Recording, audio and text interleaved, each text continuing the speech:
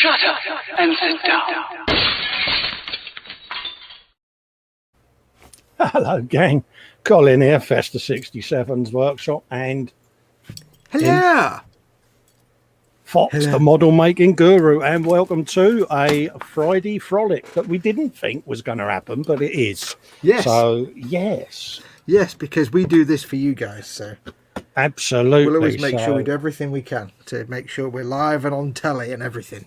Absolutely. I needed to get the carcass back at the bench. And so, yeah, if I'm at the bench, I can do a live stream. That's my motto. Yep. Well, So at the I'm end of the day, you're doing whatever you're doing at the bench anyway. You just happen to have a camera and you're talking. So Absolutely. So we got William Rayborn in. He says, hello. He says, is anyone home? Now, where did that light switch go? Gemma's saying hello to William. How you doing?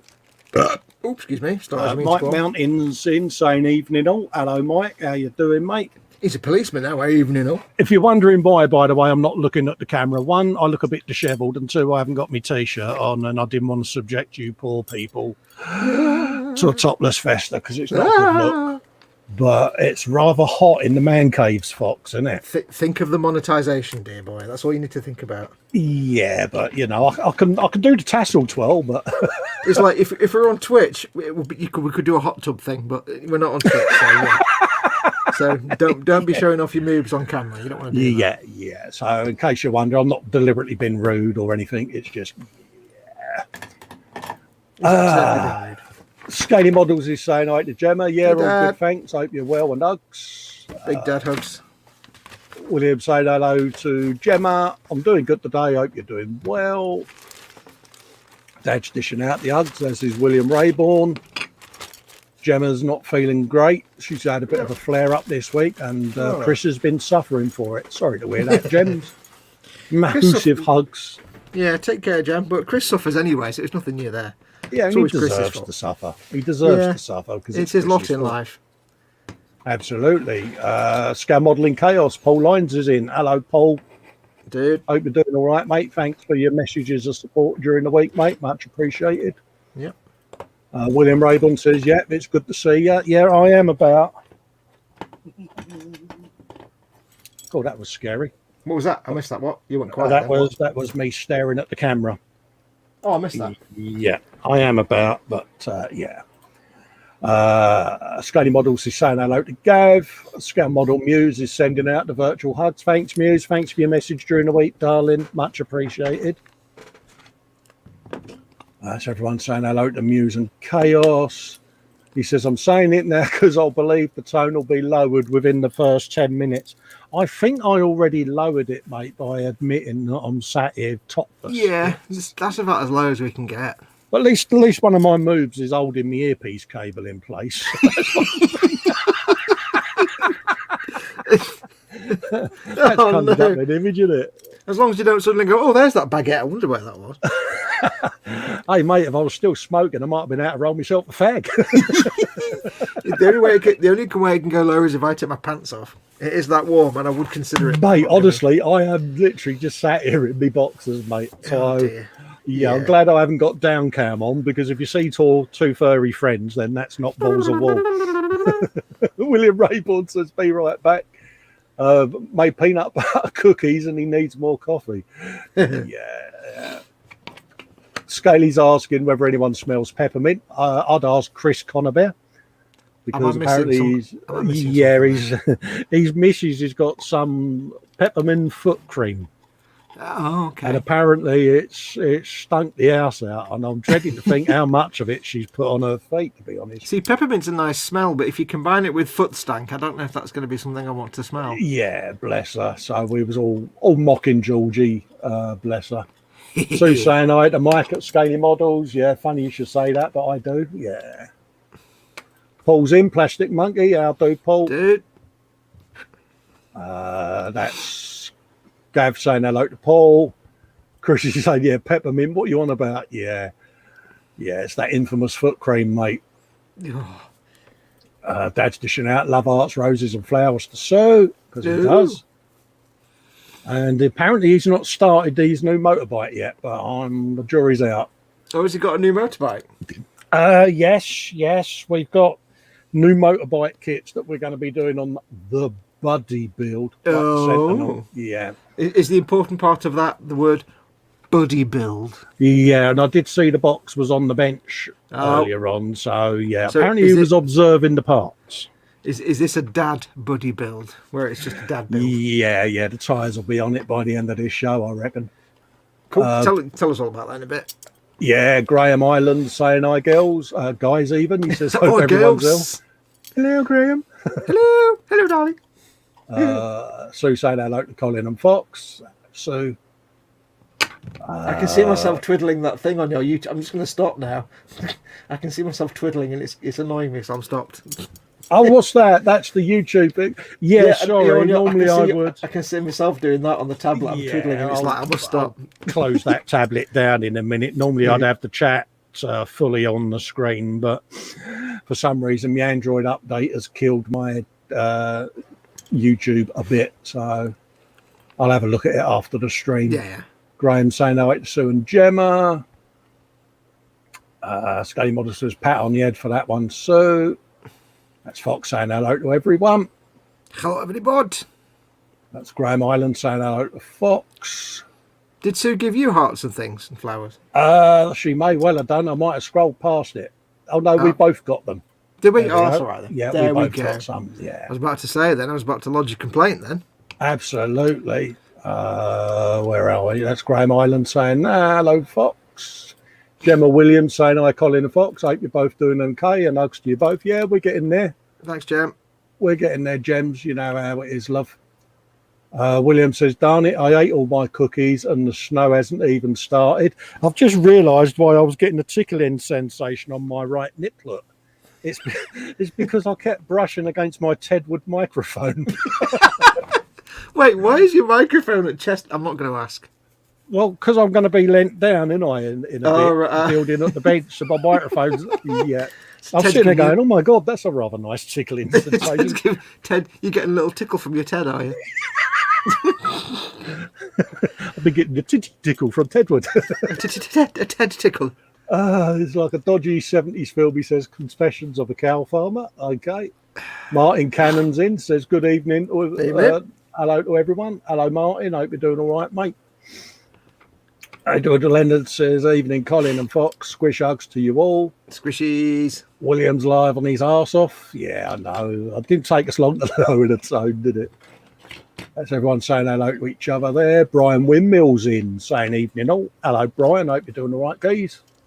We always commit to lower the tone as fast as humanly possible. Absolutely. Ain't got to worry about it then, have we? It is the order of things. JC Bricks and Builds. Evening, Colin, Fox and the gang. Are you on? Evening, buddy. Are you on tomorrow, James? If you are, then pop over to his channel and have a looky-loo. I struggle to remember which days he's on. I have to admit that I forget when most people do stuff because so many people do stuff. I don't have a memory for such things. Yeah, we're all at it now, mate. And I worry if I don't give anyone a shout out in case they, think I don't love them anymore. He says, I'm asking Dad how he is. Richard Petzel's in saying, hello, Colin Fox and everyone else. How do, Richard? Thank you for joining us. Let's just have a looky, Luke. The chat jumps. Who else has come in? That's Martin, and good evening to all the spanners that said good evening to him. Spanners! Mark Shellard is in saying hi to everyone. Hello, Mark. How are you, buddy? Good. Who else have we got in? That's everyone saying hello to each other else. Johnny's in. Cheats in a pod version 2. Yeah. Cheats in a pod version. I don't know what that means. Absolutely. Bobbins 9000. Good very morning and stuff, he says. Good very morning. Good very That's morning. very English. Yeah, good very morning. How very dare you? My friend used to say that when he got drunk. How very dare you? Oh, really? Sergeant Bones is in. Welcome, Sergeant Bones.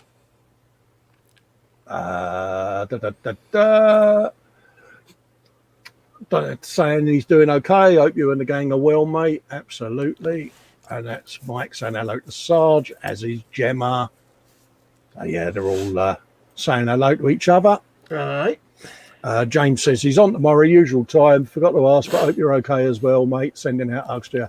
Yeah, I'm fine, mate. I'm getting treatment. We'll leave it there because the world don't need about fester in his ailments, does it? You know, but yeah, I'm in good hands. Right, what am I doing tonight? I hear you all. What are you doing tonight, by the way? Do you want me to take over chat, darling, as much as possible if your chat's funky? Yeah, I'll probably kill the tablet actually because that's a bit distracting for you, isn't it? Because you keep staring at my desk. No, it don't bother me. You can still pause it. Nah, that's all right, mate. I can keep an eye on chat for you if you want. Yeah, I can. I've got a chat window up at the side of me StreamYard there, but I'll have a look at that tomorrow. It's just I've done an Android update during the week of the software.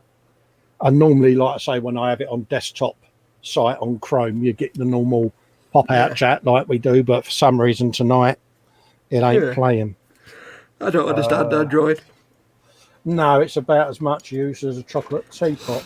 I have no knowledge of such matters. But I'll keep an eye on chat for you anyway. What am I doing? Well, first things first, he says, now I'm going to stand up and grab me.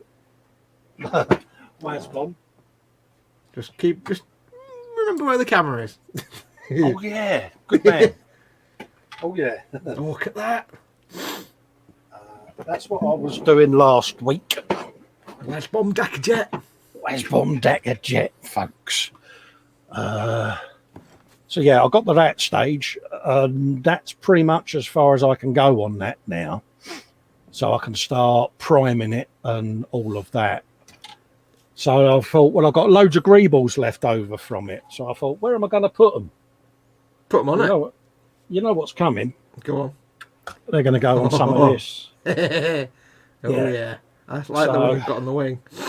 Yeah, so as you can see, there's going to be greebles and I'm going to be playing with putting more guns on, mate, you know, on the front end. And I would not have expected more guns at all. So, yeah, that's kind of...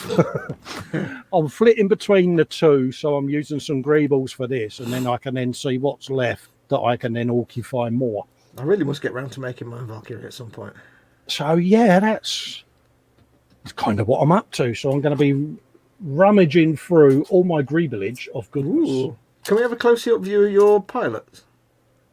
My pilots? Yeah, because you swapped them out for orcs. Yeah, they got slightly white arms at the moment. The bodies were from what's his name's, the bodies that came with the kit, whereas the heads are orc eggs. So I've got no little orc figures. So I thought, well, I'm gonna scrape down the uniforms and sprue glue them up and try and do something with it and just change it out a bit. So that's where I'm at with it at the moment. But I wanted to 3D print some orcs, but I've only just finished the commission. So I've got a little dude in there. What is he? A Gretch or whatever he is. That's a Grot, yeah. In there. So he's gonna be superimposed or added somewhere along there. I love it. Yeah. And then I'm gonna build around this bit with greebles and stuff. So yeah. Next week, Festa will get another Valkyrie, another Waz Bomb Decker Jet, and combine them into one single aircraft. Yeah, you want me to do a biplane, don't you? I know you do. Not on the Valkyrie, but on the Decker Jet, it would look like biplane. I know. Well, you see, that's what I said about a crow's nest, and it turned out well. I keep looking at it and thinking, do you know something? No, biplane would look good, but yeah. Yeah, but it's like, you know how fiddly it is to make a biplane when it's meant to be a biplane. Yeah, so but jerry rigging a biplane, that would be a nightmare. That would look good as a biplane, though, wouldn't it? Mm. Would it work? Maybe. I think it. Well, I don't know how you're going to get a crow's nest or a turret on it, a tower on it. So a portcullis, perhaps. A portcullis. You never know. Stranger things happen. Oh yeah. So my first bit of play will be a bit of super glue, mate. Just to initially hold it in place while I go about my thing. Wayne Modelworks says, "Shall I demonstrate the super chat feature?" Oh bless you! Yeah, I suppose. Oh yes. I haven't done no pimping, have I? Of course, yes. Some of you will notice that up there, you can support the channel on Patreon.com, Festa67's Workshop, And if you want to get mine or Fox's attention, you can at us in the chat, or you can choose to use a super chat. Yeah. You probably, if you do want to at either of us, just at Festa, because if you at me, I'll have timed out in chat because I haven't typed in chat for 10 minutes. So just at Festa. If you want to get either, because I'll keep an eye on the chat as best I can. But just at Festa, then it won't show up. But if you just at Colin, so he has a chance to see it anyway, or just put your comment in big caps, or do a super chat. Yeah. You won't be able to at me because I'm not active in chat, I must say. Yeah, we are bad, and apologies to anyone if we do ignore chat. It's not intentional. It's just, we do get carried away and chat like a couple of old girls, don't we, mate? Yeah, we need to get a permanent chat dolly. Yeah. Right, what am I doing? I'm still building like my Death Guard. I had a plan this week of starting work on my Mortarion. Oh, right, yeah. And that never happened because it's been 1,000 degrees in here all week. Absolutely. So today I put a thing up saying, right, there's gonna be no Fallout stream today, but I'm gonna start painting Mortarions because it's not 100 degrees in the Fox's den. So I can finally do some painting within 10 minutes. I posted that. I went to I get some breakfast, had my breakfast. It was 100 degrees in here, so I'm like, that'll be no painting today then. Oh my God. Yes, it's been another week of nothing. Wayne's Model Works has put in a $50 super chat. Wow. What? I'm not sure. This is how we do it, he says. Thank you very, very, very much, Wayne. Wow. That is. Yeah, it's not often Festa gets broke, is it? But has he broken you? A little, yeah, because as you know, it's been a strange week for me. And yeah, what was on a downer, well, that's just put me on a huge upper. Thank you so much, Wayne. I think that super chat needs you to actually sing that super chat how it's supposed to be sung. This is how we do it. This is how we do it. You just went from like whoever it is, Def Jam and Boyzone or someone, to like Flanagan and Allen. Yeah, this is how we do it. Or even no, how about this is how we do it.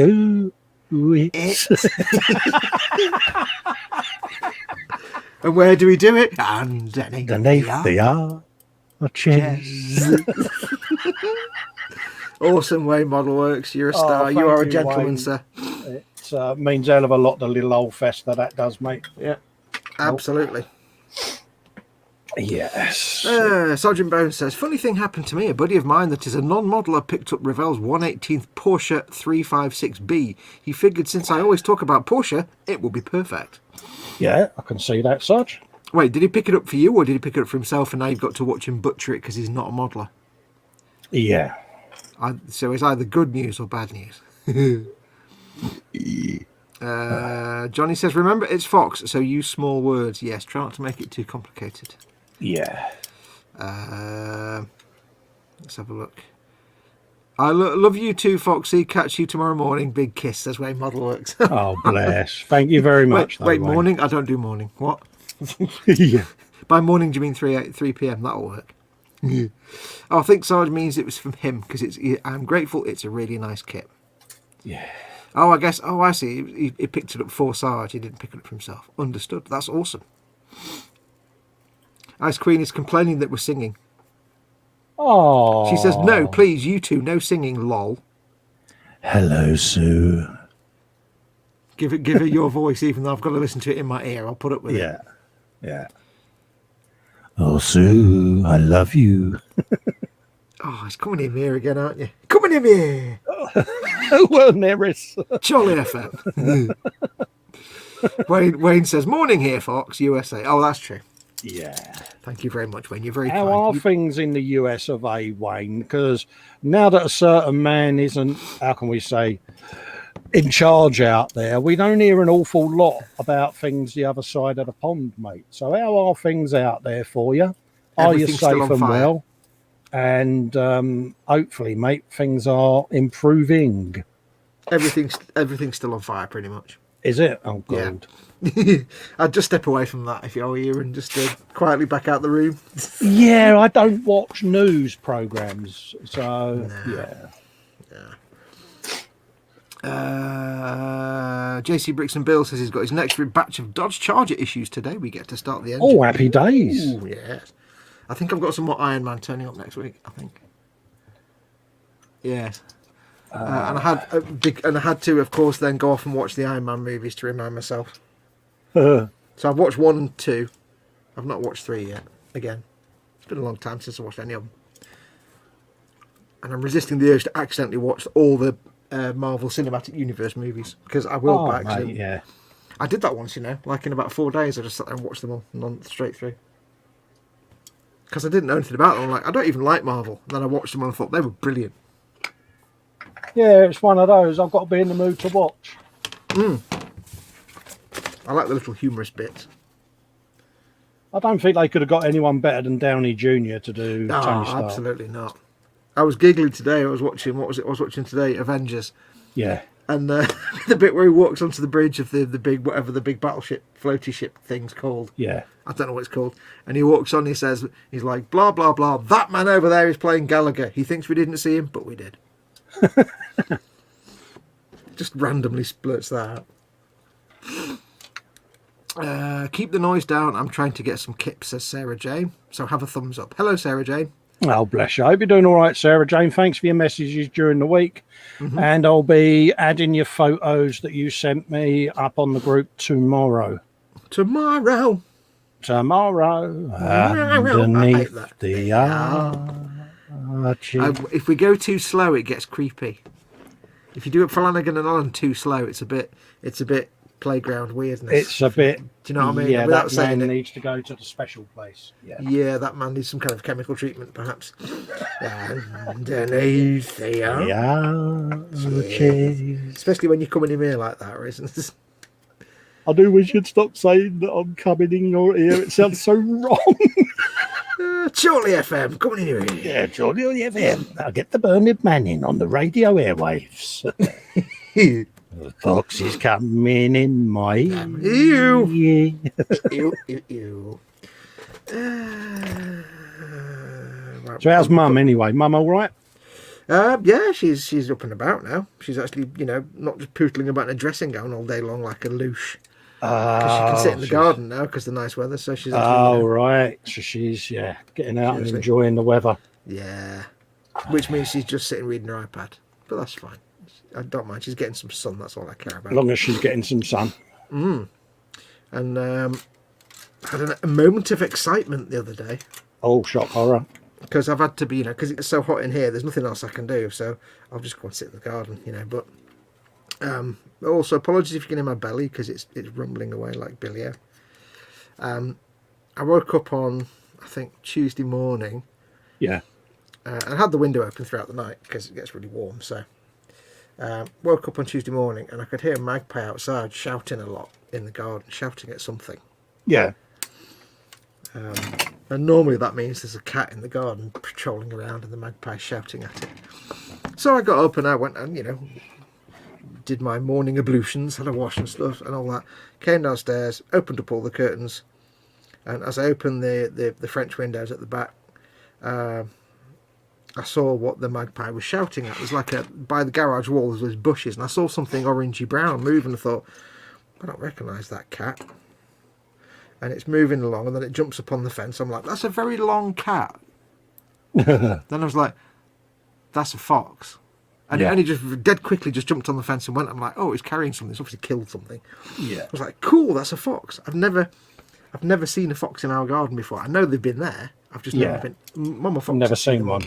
No, Mama Fox used to see them all the time, but I've never been lucky enough. So I was like, oh, cool, I've seen it. Brilliant. It was only a really brief glimpse, so that was quite cool. And then the next day I came down, did little bits and bobs, and magpies were shouting. But when I got downstairs, there was nothing there. And then later in the day, I was sat and I could hear the magpies shouting. I just looked out the window, and this was about 2 in the afternoon. There was this enormous fox just sat right in the middle of the garden. Oh, right. Being harassed by every magpie in the world. Because it was sitting right where there's a great big fir tree, and we think the magpies are actually nested in the fir tree, so they've got babies. Oh, yeah. So this fox is sitting there, like, just not bothered at all. And the magpie's like shouting at it. Then it's like it jumps down on the grass and it's kind of pecking at its tail and stuff, and the fox is just there going, well, just leave it. Yeah, would you just turn it in, mate? Yeah, just like, I'm just trying to chill out for 5 minutes. And then it got up and walked off, and I'm like, oh, that's made my week now. Just seeing that whole ass fox in my garden. And then it made me jump earlier on. I was sat here getting ready for the stream, and it sat outside and shouted. So it's obviously a vixen. It shouted, and I dropped my coffee. Oh, really? Because it was really loud. It went. And you, of course, just went, ooh. I went, oh, goodness me, I said. Did you let out a Sergeant Bones style girly squeal? No, I knew what it was, but it's like, because it was a sudden loud noise, it made me jump a little bit. So yeah, so that's awesome. I was like well made up, because I know we've had foxes around here for years, and they used to live under our garden shed at the back of the garden, but I never saw them. Oh right, yeah. I heard the babies, but I never saw the actual foxes. So it's cool to just sat there, a whole ass fox in the garden, chilling out on the grass. Happy days. Well, trying to chill out, but being harassed. But I can't believe my brain was like, that's a really long cat. Wait a minute. Wait a minute. A really long cat. Well, I wasn't fully awake and I hadn't had my first morning coffee. My thought process was not fully streamlined at that point. My cognitive processes. So my brain was... It was like... You know, like when you see something and your brain interprets what you're seeing and decides what it is, and it happens in like a millionth of a second. Yeah. Imagine that process, but strung out over like 2 seconds. So it starts with, there's an object. What colour is it? What shape is it? What could it be? Beach ball? Tennis racket? Let's go through all the options. But like really slowly, because I wasn't fully awake. A really long cat. Okay. That's a really long cat. Wait. And it had something in its mush, so it obviously hunted something. It's big though. I mean, I've seen a fox before, but this was a big one. Thing is, now they're more and more common around places because they're coming in to get more food, aren't they? Oh yeah. I mean, we've had them around the gardens here for years and years. There's always been foxes around here. You can hear them every sort of March, April. The vixen's doing the shouty calls, but yeah. And I've only ever seen an actual real I've seen them like you're walking home from the pub and you see one run across the road. Yeah, I've seen that. Yeah. But the closest I've come, which is an awesome experience. I was coming back from the pub, as is always the way, and I got to a couple of streets from my street. Got to the corner of the road, and there's a fox on I'm on the corner here on the pavement, and there's a road here, and then there's another corner, and the fox is on the other corner. Yeah. So I stopped and I just looked at it, and I was like, "That's really pretty." It was like the street lights showed it was like quite big, and it was quite pretty as well. It was all bushy. It was in sort of autumn time, so it was a bit bushy. Yeah. And so I'm there, and I'm like, "Hello." And it kind of stopped. It looked at me, and then it just crossed over the road and walked up to me. And I'm like, "Okay, this is kind of cool." And then it kind of sniffed at my shoes, and then just started nipping at my trouser leg. Yeah. It was like like just gently kind of, "Oh, what's this? What's this?" So I said, "Do you mind not eating my trousers, please?" Mm-hmm. So it sat there looking at me, and I'm like, I don't know what to do now. So I thought, I've got to go and I've got to go home. I'm down for a wee. So I set off down the road, and it kind of followed me, but it followed me by walking along all the garden walls. Oh. So it's walking alongside me, like at like hand height, where my hand or my hip is, walk along all the garden walls, following me, like right alongside me. It followed me all the way home. It was cool.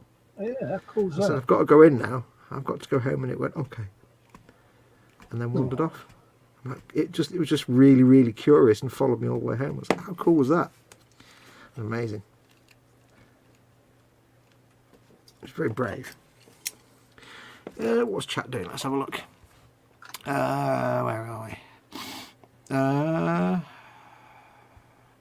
Sarah Jane says, got a long day tomorrow, lots of motorsport, including Nürburgring 24 hours, so night all bottoms up. Take care, Sarah Jane. Yeah, take care, Sarah Jane. Thanks for popping in, darling. Yep. Mama Fox is enjoying the weather. What weather is over there? We have heavy rain, hailstorms, and thunder and lightning, says Frankie. Goes to Hobbywood. Hey, Frankie. No, it's been warm and sunny all week here. Yeah, we are due storms, though, aren't we? Oh, yeah, you always do. Edward Ellis said, you guys singing remind me of Uncle Ernie and that Who song, Fiddle About. I don't know the Who. Where are we? Franco Fish says, William Rayborn, God, I wish my name was that cool. Are you titled? I don't get it. What does the fox say? Says Retro Rabbit. Hey, Rabbit. The fox says, "Bleh!" Dead loud outside my window is what it says. Wait.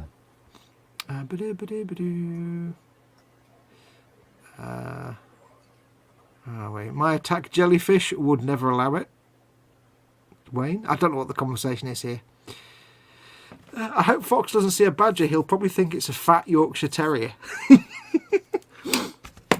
I have seen badgers close up. I stayed at a friend's house once, who her uncle was the groundskeeper at all the.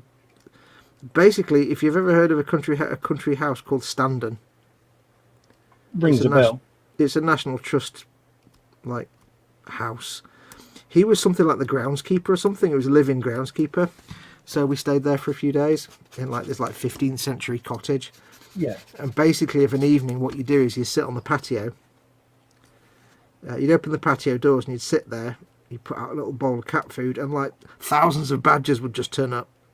Yeah. Eat the cat food and be snuffling about, and you just sit there and watch them. You wouldn't touch them because they'd bite your face off, but they'd literally be like, you know, right in front of you. Yeah. They just put the bowls of cat food out. So yeah, badgers are cool, but you wouldn't want to piss them off. No. I live next to a very large urban golf course, says Rabbit, and we used to see foxes and deer in the yard in the winter, but recently I think the bunny population exploded and they ate all the deer and foxes. I don't think that's how that works. I'm pretty sure.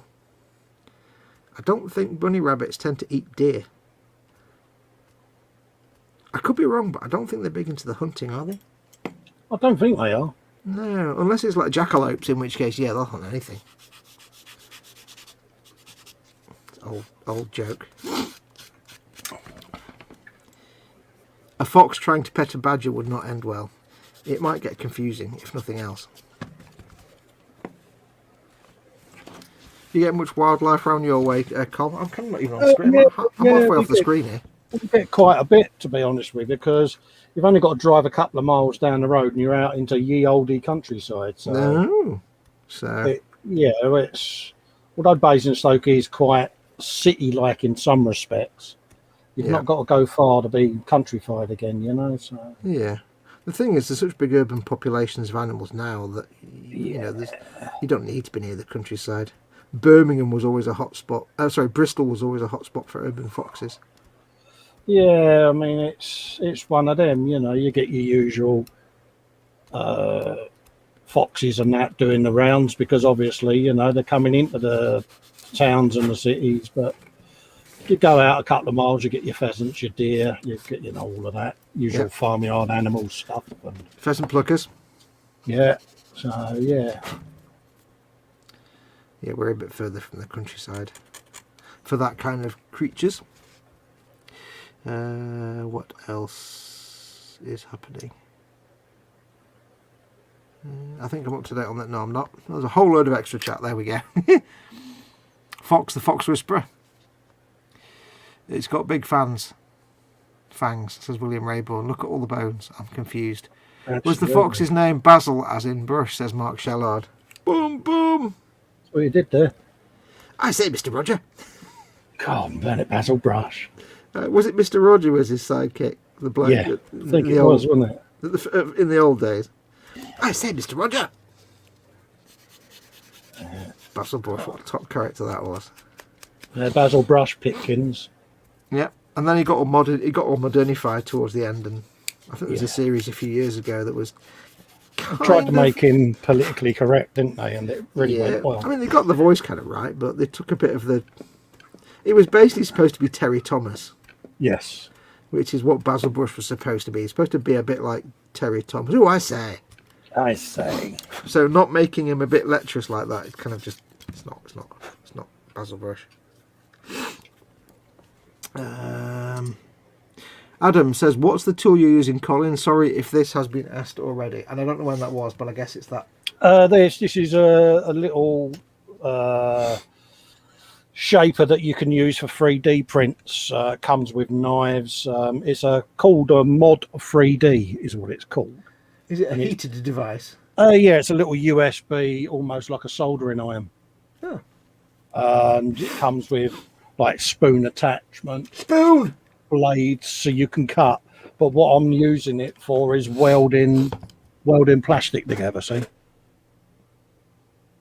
So where you join it on the front, you just heat it up, run it along the seam, and you can use it as a welder.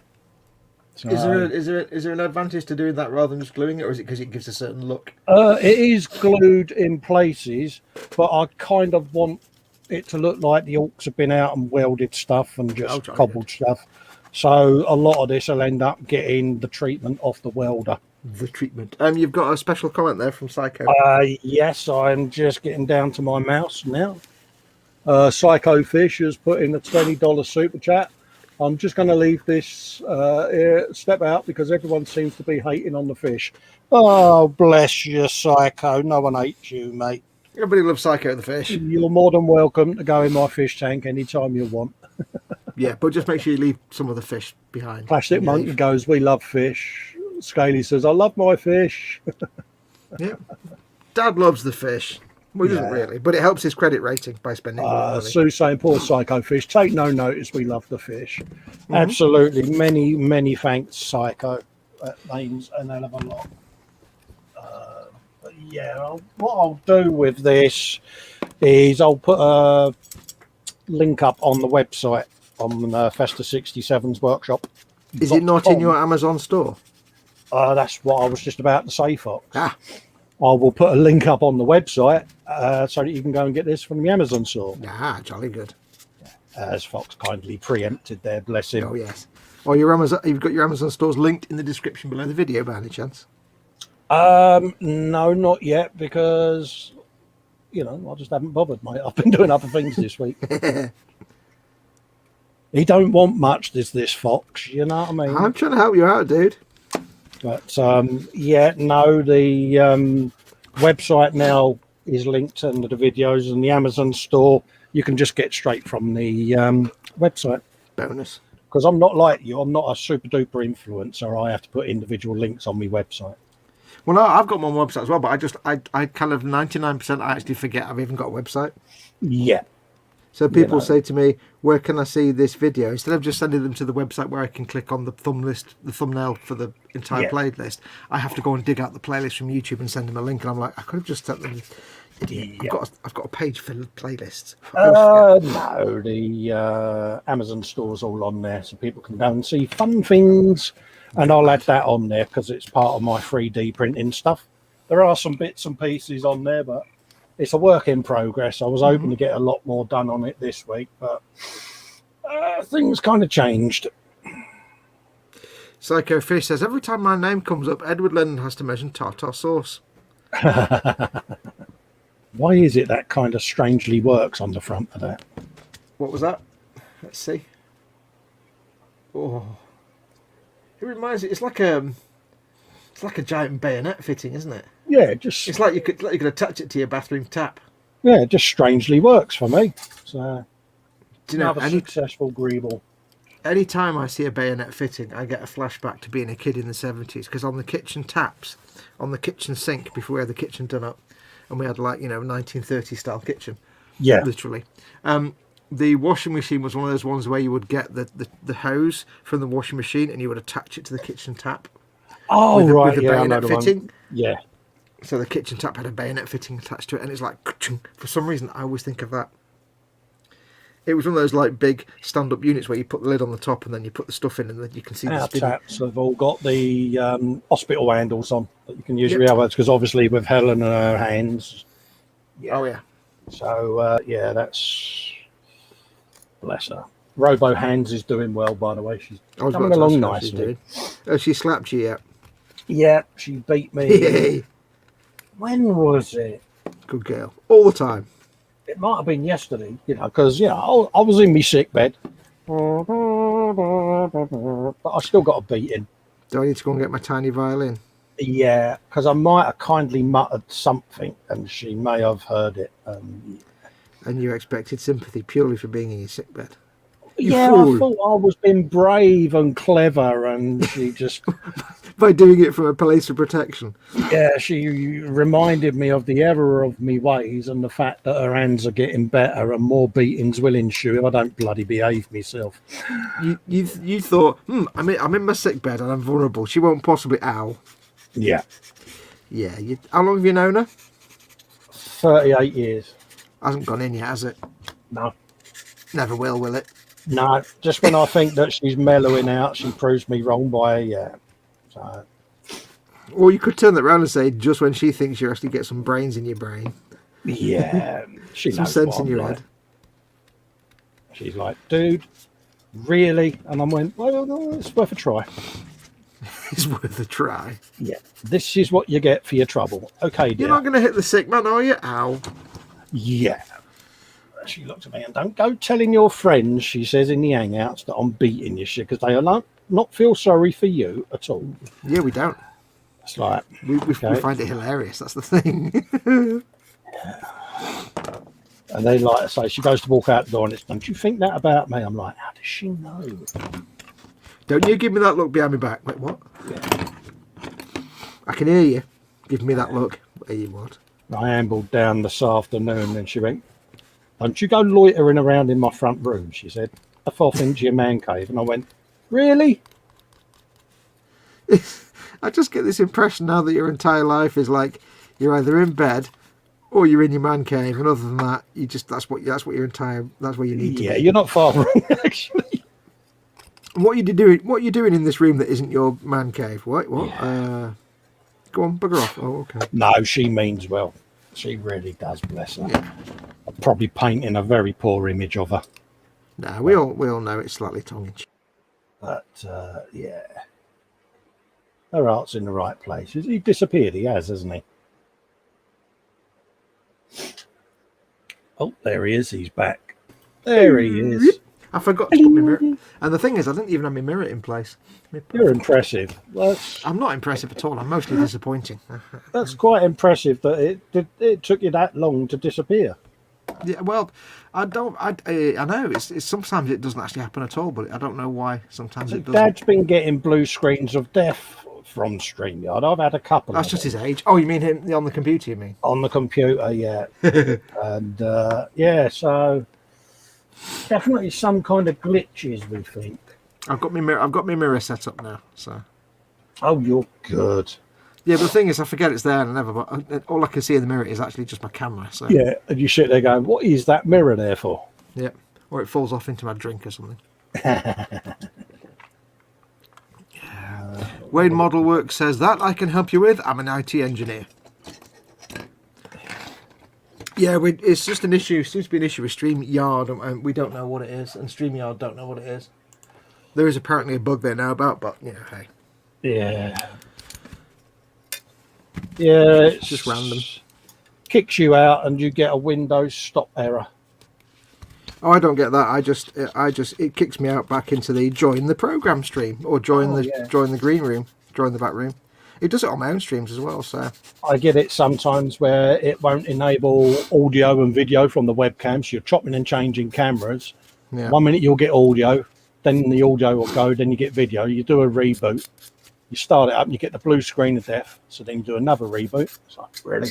The thing I always forget, because I've got a Chrome extension that stops HTML5 autoplay. Oh right, yeah. Because there's nothing worse than going onto a website that's HTML5 and they've got videos embedded and they just all start autoplaying. It's like, Oh yeah, drives you nuts. Yeah. So I've got a little add-on that just stops any automatic HTML, and it also stops YouTube as well. Yes. Even though there's a setting on YouTube, sometimes it overrides. Yeah. So it just means that if ever I go to YouTube or any website with video embedded in the page, it doesn't play it. And things like CNN's a terrible one for that. Yeah, yeah. CNN's awful. It's like, oh, you go onto a page with like 3 different videos playing. It's like, oh, shut up. Yeah, it's like, really? Why? Oh, there's my mirror. But the problem is that if you then try join either StreamYard or even Google Hangouts and stuff, your camera doesn't work. Yeah. Because it can't. So you have to turn that off before you can actually do any live streaming. I get that sometimes when I come from Slobs or OBS into StreamYard. Yeah. It doesn't like it. So as soon as I've used slobs or anything, I just shut the PC down, do a restart, and then go into StreamYard. Yeah, I think that's to do with some sort of, because I get that. I think that's because the system sees the camera in use by one thing and then doesn't register that it's not in use anymore. Yeah.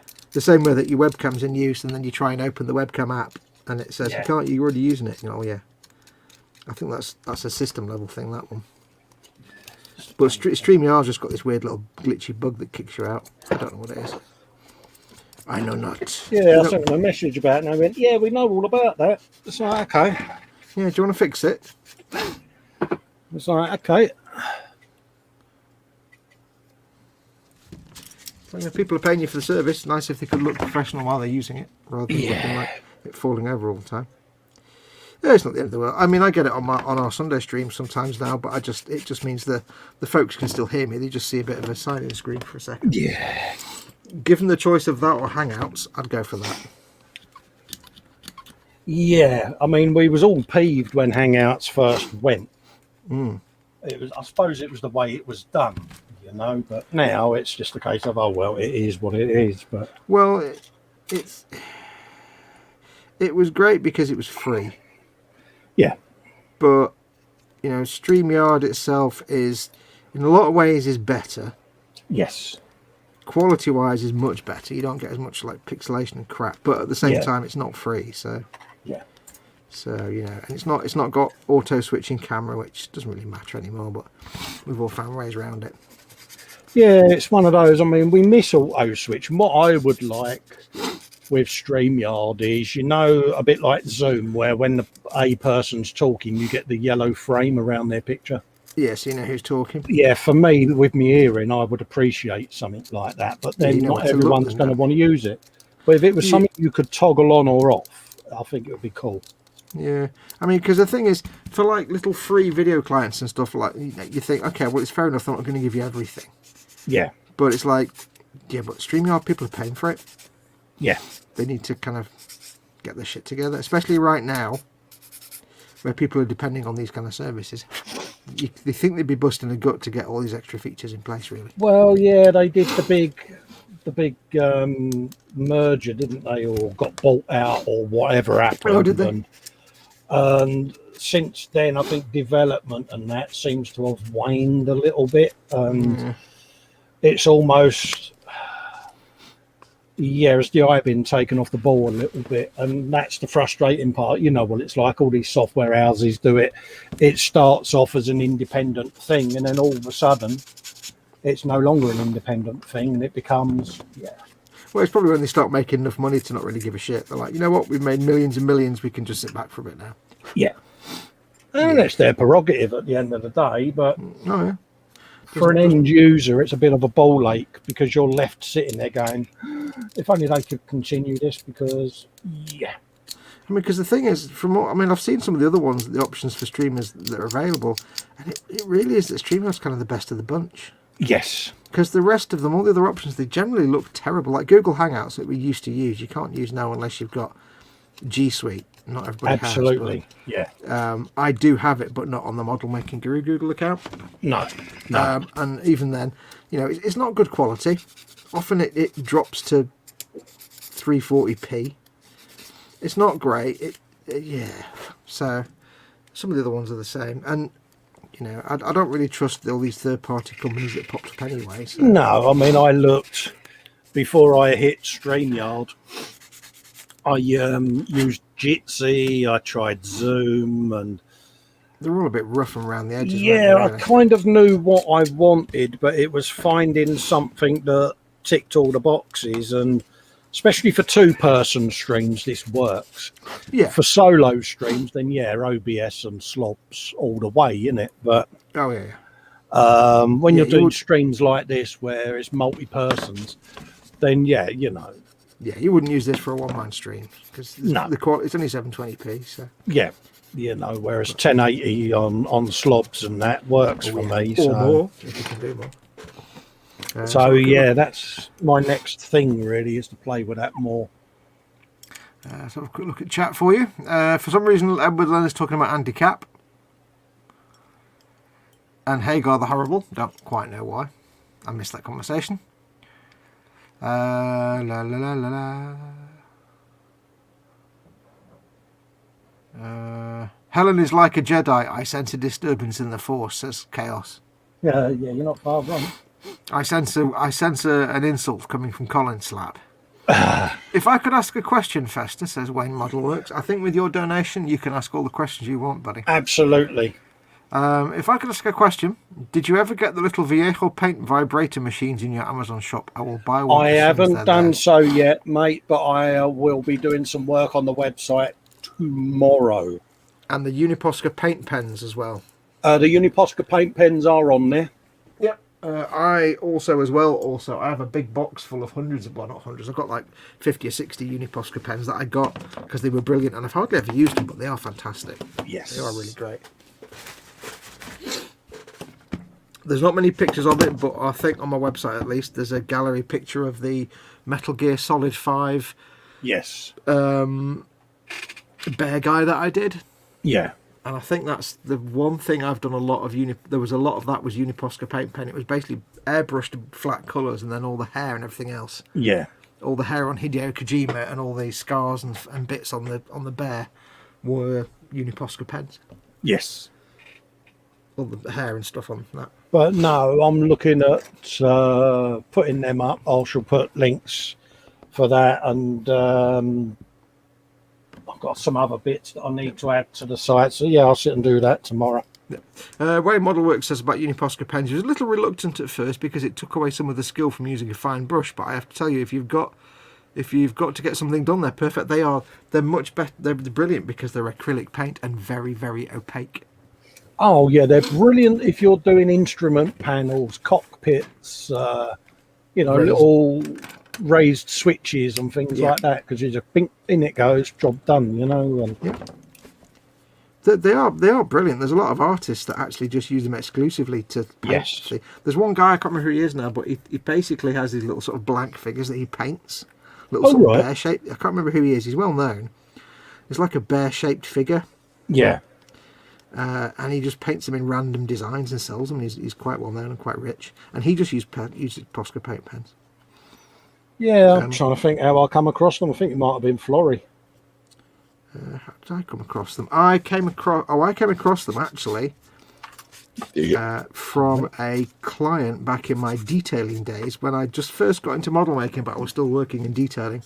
Yeah. We were stripping down and painting a guy's Mark 1 Volkswagen Polo. Oh, right. Or was it a Golf? I don't know. I can't remember. I'm not that into cars. We were stripping it down to its body shell and repainting it in his garage, which was a stupid idea. That's what he wanted, so that's what he got. Yeah. And he had one of these little figures, the one I was just talking about. Yeah. It's like a sort of bear-shaped thing with a rabbit ear. I can't remember what it was now. Some well-known artist. And he was telling me about those pens, so I got some. I was like, yeah, they are brilliant. Oh, they are good. Also, I don't think we ever finished... Well, I left before we even got anywhere near finished painting his car, but it was one of those boondoggle things that went on for months and months. He wanted us to paint this car in his garage. He wanted us to do a professional paint job on it. Yeah. In his garage. It's like, really? Yeah, it's... You don't want to spend the money on a professional paint job. Yeah. But you want a professional paint anywhere. job. Yeah, yeah. I think we worked on it for about a year before we even got all the paint off, and it was like I was just giving up the will to live with it. Yeah, sometimes you just sit there and you think, really? Yeah. You'd be like, yeah, but it's like, and one day he was shouting at, he was telling us off because somehow there was green paint on his around the patio at the back of the house. Yeah. And it's like, well, we're painting in your goddamn garage. You can't guarantee you're not going to get paint somewhere. Yeah.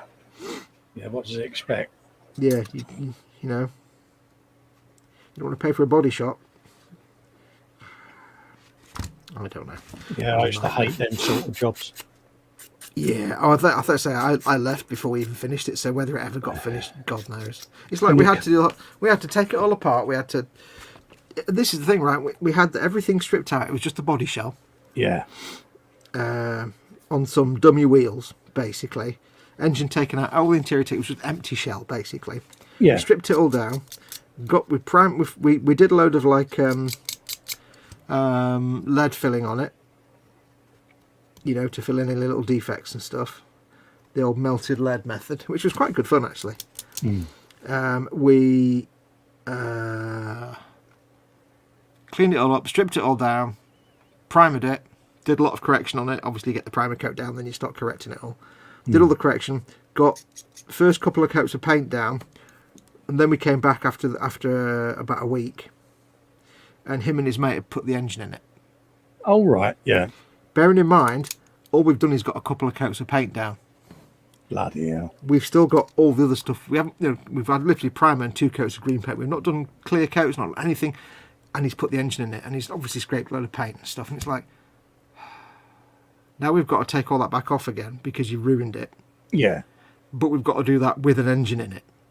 And not get paint on your engine because you've just spent 20 grand on your engine in this little tiny garage. Oh, God. Yeah, I had a bike job like that once. Someone wanted me to do the frame and all the tins. Yeah. I said, yeah, no worries, I'll come round. And when I went in there, it was the bike in the garden shed. It's like, Yeah. not the environment, you know what I mean? It wasn't even a lined one, you know what I mean? It was just the wooden garden shed full of dust, detritus, cobwebs, and I'm like, dude, Well, I mean, I'll get a trailer and take it to the shop because yeah. I mean, at least to be fair, this guy did have his garage done up with like a massive industrial compressor in the sort of roof area, and he had it emptied out and gutted and rebuilt as almost like a tiny spray booth. Yeah. But it was still garbage. Because then he'd say, right, I want you to paint it in there, but please don't get paint on all the expensive tool racks I've got. So I've got to cover all those up. And then, you know, because you're spraying a car in his garage, and yet there's no way to foolproofly cover stuff so you don't get some paint on his expensive tool racks. Yeah. And then he whinge because we've got some overspray on his tool rack. It's like, dude, if you don't want something covered in paint, don't have it in here when we're painting. Otherwise, it's going to get paint on it. Absolutely. Frankie Ghost Wood says polo golf, it's all the same. Yeah. And then he complained because he'd had some urban street artist come and paint some artwork on the side of his garage, which probably cost him about 40 grand. Yeah. And then expected us to not somehow get overspray leaking out of the garage onto this expensive piece of art on the side of his garage, which he'd made into It's like, oh, for God's sake. Wayne's saying, yeah, it's important. He says we spend a lot on Amazon and he would rather we get at least something for it. Absolutely, mate. Yeah, I'll bung the links up, mate. Fox has got an Amazon shop as well on his website as well. So we'll put the links up, mate. It's not a problem. All right. At some point, Colin will put the links in his description below the video as well. Yeah, it's getting down there, so we could, because then you can always go, link in the description below the video. He's not going to stop picking on me until I bloody do it, but I'm not doing it during a live stream. Doing it for your own good. Doing it for your own good. But imagine every single Amazon link on every video. That's going to be a lot. No, I don't mean, no, you do a link to the store, not a link to every product. Yeah. Spoon. So just say, yeah, there's a link to my store in the description below the video. Go and check it out. Yeah. That way you don't have to say, I'll post a thing up later, you see. Yeah, I'll do it once we come off air. I'll rechange it to keep you happy. Yes, don't do it to keep me. I'm doing it. I'm nagging you so you do it to help me. I know. Do you know? Doing it for your own good. I know you are. But I can't do anything about it now because we're live and you'll tell me off for doing that. I won't tell you off. Gemma says, Lynn, hugs, did Chris fix your owl? Okay. Owl? What? We're missing something there. I don't know. Fix your owl. Lynn's saying hi, Bill, saying hugs. Wayne Model Work says, hey, you Festa, what's the cost of the next kit you are going to buy from Warhammer? That's the little Ujimi Cooler mitts that I've got in my basket. The, what they call? Squigs. Sentinels? Squigs. Squigs, that squig thing is about 40 quid. It is in English pines. Sergeant Bones is saying hi to Lynn. Mark Shellard says, Edward, exactly. Oh, Wayne's back saying, I'm going to super chat the cost for the next Warhammer 40k you choose one and Fox chooses one, and I'll super chat the total amount to your account. Oh, that's nice of you, mate. That's very kind of him. Very kind of you, mate. He's going crazy with his donations. He says, please understand, everyone, I'm not rich. I just love you guys and what you do. Aww. Oh, bless you. That means a hell of a lot, Wayne. Aww. At least put a £5 soup chat in saying, put the bloody link in. Yeah. I'll tell you what, would you like me to do the link now, would you, mate? Bat saying, evening, everybody. Hello, Bat. Hope you're doing all right, mate. How about, mate? Yeah, I think we missed out. Lynn came in earlier. I said, hey, Lynn. How you doing, Lynn? How you doing? What was he saying there? Love what you're doing. Sergeant Bones says, lead filling, sadly a dying art for proper body work. Yes, how I started, Sarge. That was lead loading, mate. Body panels. Can remember turning up at a body shop with 2 pots of filler, and a bloke looked at me and said, they going in the bin. That's not how I'm going to be teaching you. Yeah, that crap can get thrown away. Well, we were looking at it, and it was like, you know, we were just kind of, we didn't have any experience in bodywork. We just kind of taught ourselves. Yeah. Which meant we had no skills at all. But, you know, hey, this guy liked our work, so. Absolutely. Good enough for him. It was good enough for us. I am just opening up a new tab to my website, to the Amazon store to put. He's doing it now, aren't you? You know, when I was saying it, I didn't actually intend for you to do it now. I was just saying right now. Oh no, I'm getting asked in the chat as well. So. See, but not everything is on the store at the moment, folks. It is a work in progress, and yeah, I was a bit poorly earlier in the week, so my plans for this week kind of went out the window. Yeah, websites take a long time to sort out. And Amazon stores take a lot of effort to sort out. They're not that straightforward. So, yes, I didn't mean I wasn't actually nagging you to do it now, but no, I'll do it now. Just just to get us all off your back. Absolutely. We only nag because we want you to do well. We want you to have success in your endeavour. Well, yeah, you're only spelling store there, Colin. It's not hard, mate. Underneath the cheers. I'll go back to chat for you.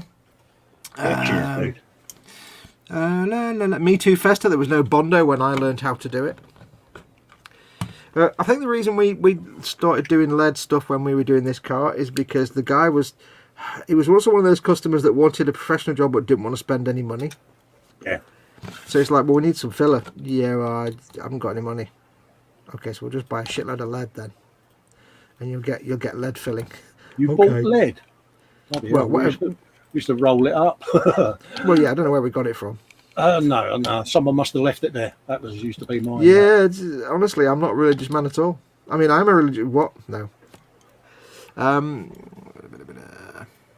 Gemma says, I managed to knock my clear 3D owl off a table when I overbalanced the other day. Chris has the job of putting it together again, lol. Aww. Do a good job on the owl. Edwin Lennon says, I think you need to put the link in, you gits. EC Idaho is in.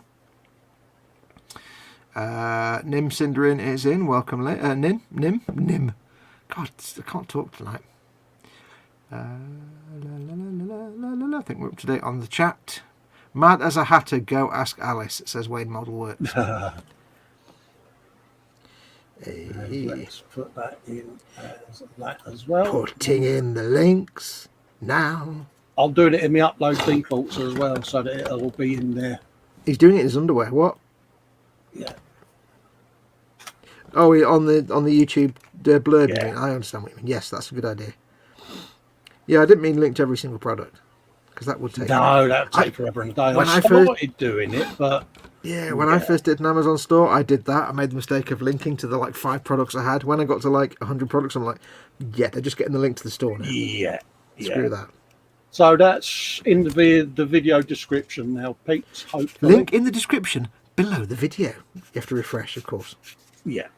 So there you go. Good girl. I'm just checking to see whether it has pinged in nicely. So you can do it when you Festa queue it. There you go. Let's just make sure it works. There you go, Pete. See, we're learning. When I was 16, says Chaos, I worked for a week at a dodgy garage. I needed the money. They just filled with old newspaper and polyfiller. Surprisingly, the two owners went to prison. Yeah, well, this is surprising, isn't it? Absolutely. Yeah. Yeah. Let's see whether or not that came in. Underneath. Yeah. I was just thinking that when you started singing it. So we're going to start finishing each other's sentences at this stage, and that's Scary. when it gets quite scary. Do you like why I did that? Do you like why I did that? I was sitting there and I was really thinking quite hard about what you were about to say, so I could deliberately finish that. do do do do do do do. Absolutely, and I'll do the rest of that once we come off there. So yeah, that works now, folks. Bear in mind the Amazon shop, like I say, is a work in progress. Yep. And I'll be adding stuff to and fro. See, Festa complains that I nag him and that we all nag him. But at the end of the day, if it wasn't for all us lot, not just me, but all of us nagging, he wouldn't have a Patreon, he wouldn't have an Amazon shop. I'm a nightmare, he mate. wouldn't have any Warhammers, he wouldn't have lots of things. So we just want you to do well. Because we know this is one your... of those. I love the way you say it. It's one of those. One a minute. We know this is your lifeline. This is your life raft for this channel. So therefore, we want you to get the most out of it. Oh yeah, if it wasn't for the lovely folks that support the channel via Patreon and Super Chats, I wouldn't be doing the hobby. It's that simple. Couldn't do it. Really couldn't do it, mate. Look at that. I'm building a fetid bloat drone. Oh, you're building a fetid bloke. Fetid bloke. No, you can't comment on my channel anymore. Scaly says, we know Wayne, you're very generous. I know he is. I know. He's very, very kind. Absolutely. He's a lovely fella. It's not true what they say about him, He's a lovely fella. He's a lovely, lovely fella.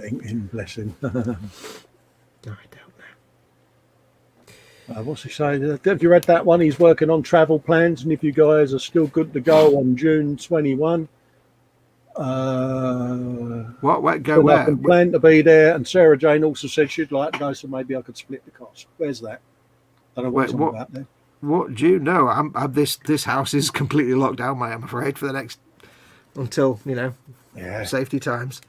I don't know what's happening on June 21st though. What? Wayne says, yeah, Festa, it's under construction, but the website is awesome. Well, cheers, mate. It's getting there. What's happening on June the 21st? I've got no idea what June the 21st is. This house is on lockdown for the foreseeable, so I've got Mama Fox to think of. So yeah, I can't do anything this year because I'm literally on phone call alert for surgery. Yep. And yeah, I'm double vaxxed, but I would prefer that everything is sorted and everyone's vaxxed and everyone's happy and the world's back to normal before I go anywhere, because I only went for a walk in my garden and things changed. So yeah. No, I've got to think of Mama Fox. So regardless of shot status, we're not going to be seeing our family at Christmas. Yeah, it's not a seasonal flu, it's a global pandemic. So he said June the 1st was the main day when everyone comes out of the dreaded L word. All right.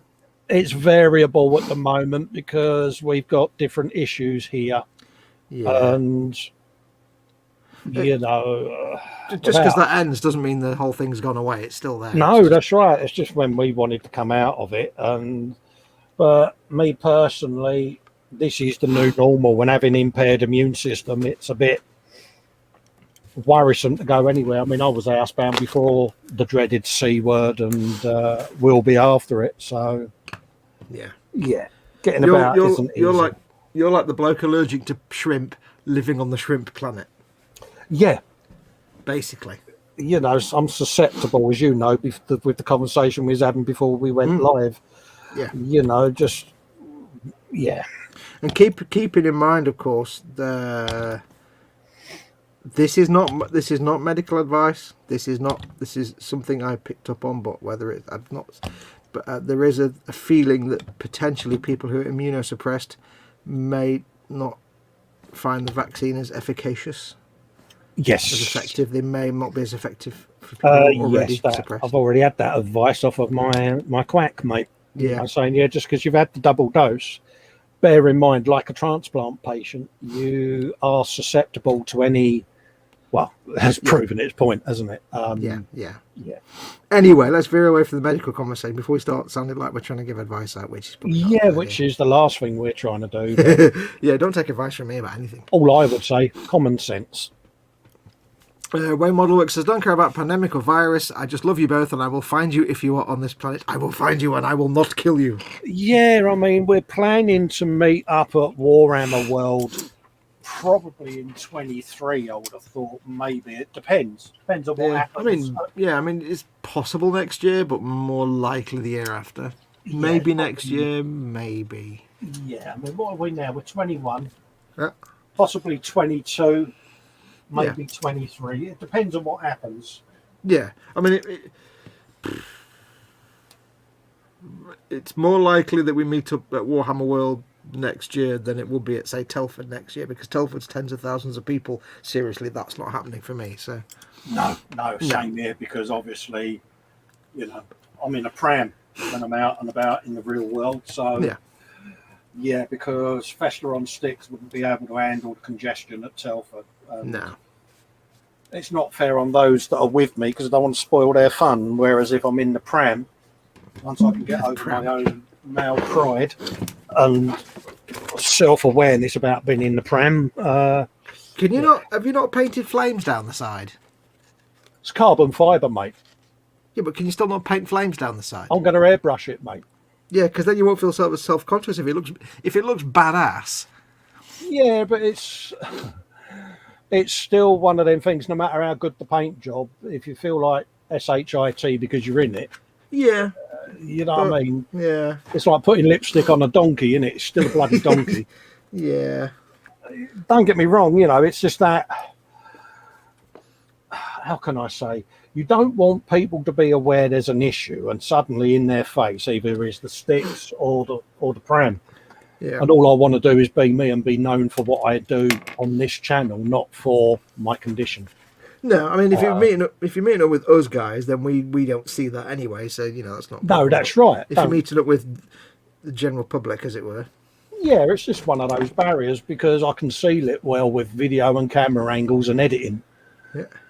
When you first met me, you was probably a bit more surprised than you let on, because it is a shock to people. No, I was just like, oh, you're on sticks. I didn't realise. Yeah, it's just how it is, mate. It's what it does. Because you weren't on wheels, were you, when I met you? You were just on sticks. No. Chris did offer to bring the pram with us, but I knew E-Models was, how can I say, compact. Yeah, compact and bijou. Yeah. Yeah, no, I think I wasn't surprised, but I was like, oh, right, what, you're on sticks? I think for me it was more, because it was a while before I knew about your MS, so for me it was more like, oh, what, you're on sticks for? Yeah. And you were like, I've got a MS, mate. And I'm like, oh, I didn't know that. Yeah, that's right. And that's what it does. It's progressive relapsing remitting MS. Every time you have a relapse, you lose something, and over time, it's damaged the nerves in my legs. Yeah, but I did not think any differently of you. Oh no, it's just it can throw people a little bit, because they're like, oh. And I don't like, it's really weird, I don't like people feeling awkward about discussing or asking, because they're curious. You don't want people walking and tiptoeing on eggshells all the time, do you? Yeah, just frustrating. Yeah, don't just ask the question, what's with the pram? MS. Okay, moving on. What's with the pram? I don't think anybody actually say pram, but I know what you mean. No, that's what I call it. I call it me pram, because, and it's just how it is. But when I'm in it, I goof around like the rest of them. I'm trying to throw wheelies here, there, and everywhere, because I don't take it seriously. But you need like a classic bike horn, don't you? Yeah, it's just one of them things. It's difficult to deal with, because you're in it when you're out and about, and then if people come to the house, I'm on sticks, and they're like, "Oh, you was in a wheelchair when I last saw. Why are you in it now?" Well, it's not permanent. It's just easier for me to get about out there. Yeah, if I'm going to be out and about all day, I don't want to be standing up all day with my sticks, do I? they don't get that, and it's like, look, I'm not a benefits cheap, mate, if that's what you're thinking. No. But that's what you think they're thinking. So yeah. I mean, none of us would, but you know, No, I know what you mean. There's not always a rational discourse in your head about these things. absolutely, you know, it's one of those. It's a part of me. It makes me who I am. But despite that, I do what I do, you know. And it's funny when people say about the mobility, and I just say, look, I build my model kits with them. Yeah, I'm sat at a bench. I'm sitting, obviously. That's the important bit there. Sitting. Yeah, it is strange, but yeah, who cares? Yeah, we love you, Festa. Yeah, Reese, bless him, when he turned up, he was quite shocked. You know. I'll tell you what, though. Yes, you could do a mint cosplay of Captain Pike, Star Trek Captain Pike. yeah. Just get the pram covered in a box with a flashing light that goes. There you go, Captain Pike. What done? That's my cosplay. What? That's my cosplay, mate. Yeah, cheap cosplay. How do you know it was a button? Oh, a wire, absolutely. and a light? I can be hired to play Ironside. Ironside. Well, you can actually. You know, but I laugh about it because it ain't going away, but it's not defining me, if that makes sense. No. If you laugh at it, it takes the power away from it. Cool, yeah. I didn't at first, as you know. No. But nowadays, I don't give a monkeys. You know, it's what next, really. So I know in the past people have expressed to me, like when me and you have been joking about it, and they said, "Oh, can you say things like that to Colin?" It's like easy. He's my mate, and we all take the piss out of each other anyway. Yes. But I know Colin well enough to know that I can say certain things, and he's not going to be offended by it because it's just how we are. There's things I can't say that I wouldn't say, you know. But there's probably lines there. But that's all right. It is, you know, like when I'm doing the Michael Flatleys. You know, my missus will go, "Do you want me to ring Simon Cowell, or do you want me to ring Michael and tell him to start shitting himself because you're doing a good bit of river dance?" And you're looking down and your feet are going 10 to the dozen. But if you've got visitors in the house when she says that, they look at her and they go, "How can you mock him like that?" She goes, "Oh, get over yourself." Yeah. At the end of the day, it's, you know,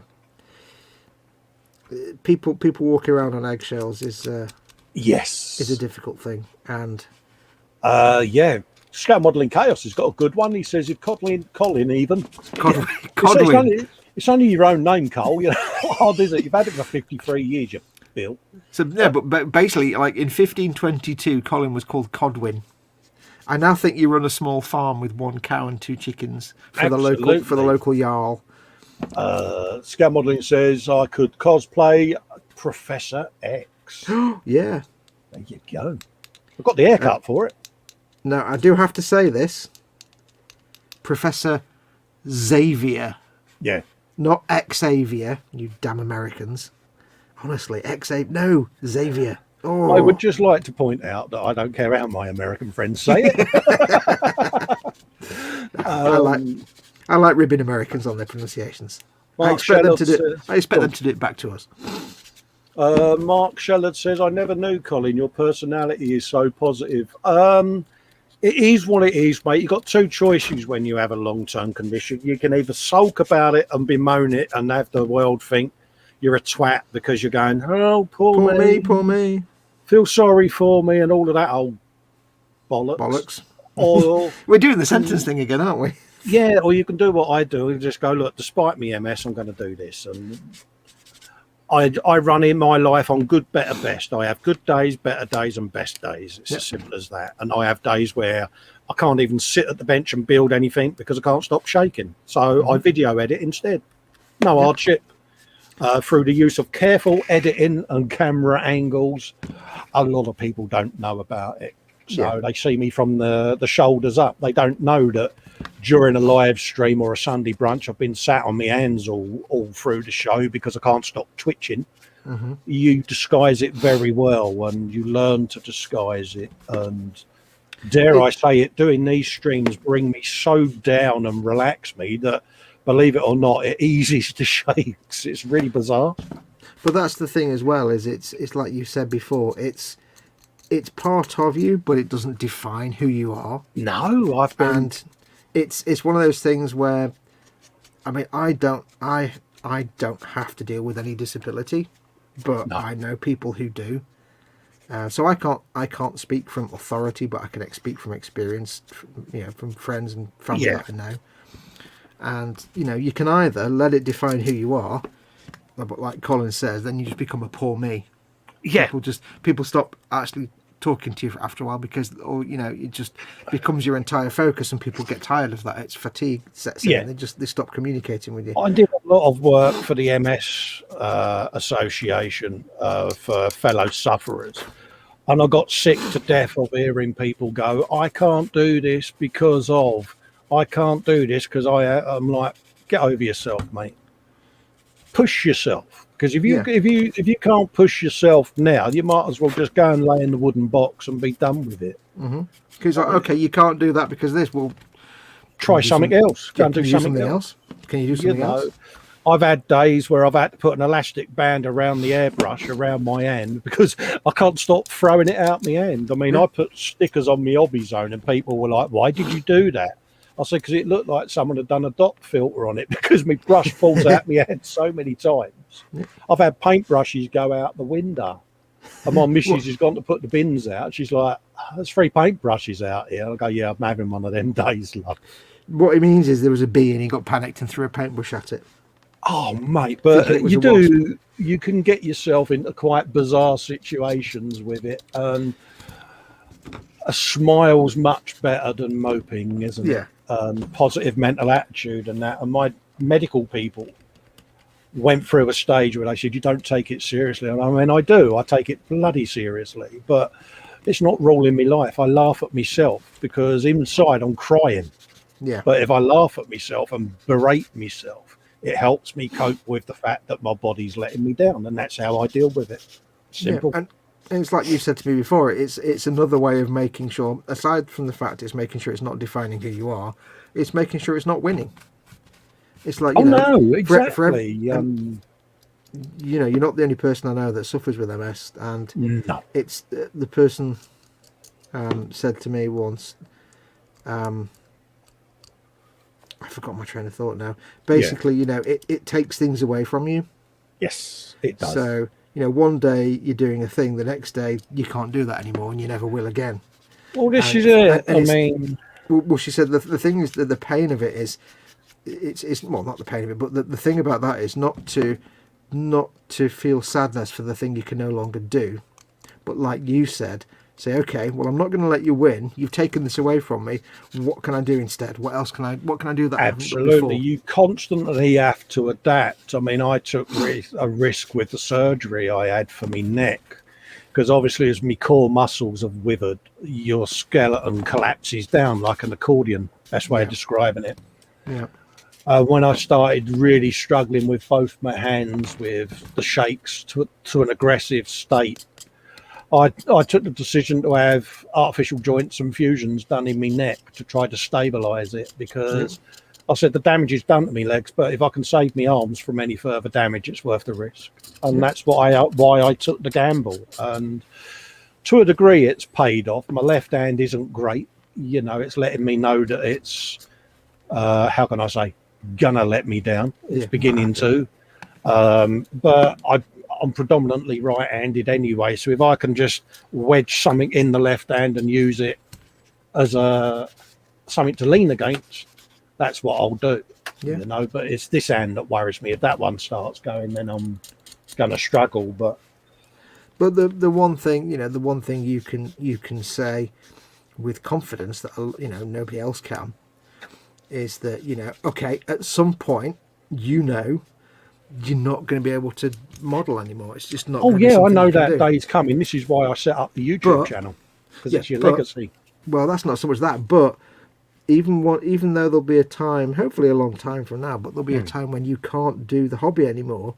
Yes, doesn't mean you can't do live streams. No, because live streams is a mouth and a talking. That's all you need. Yeah, I'll sit and do live streams and things like that, because It may sound. I mean, I showed symptoms right from the age of 23. So I was a young chap when things started to go wrong, to the point where you started to question something not right. And I got diagnosed at 39. It was the week before my 40th birthday. Yeah. So I went a long time with these symptoms and the psychological, is it in my head feeling. And I had a head injury.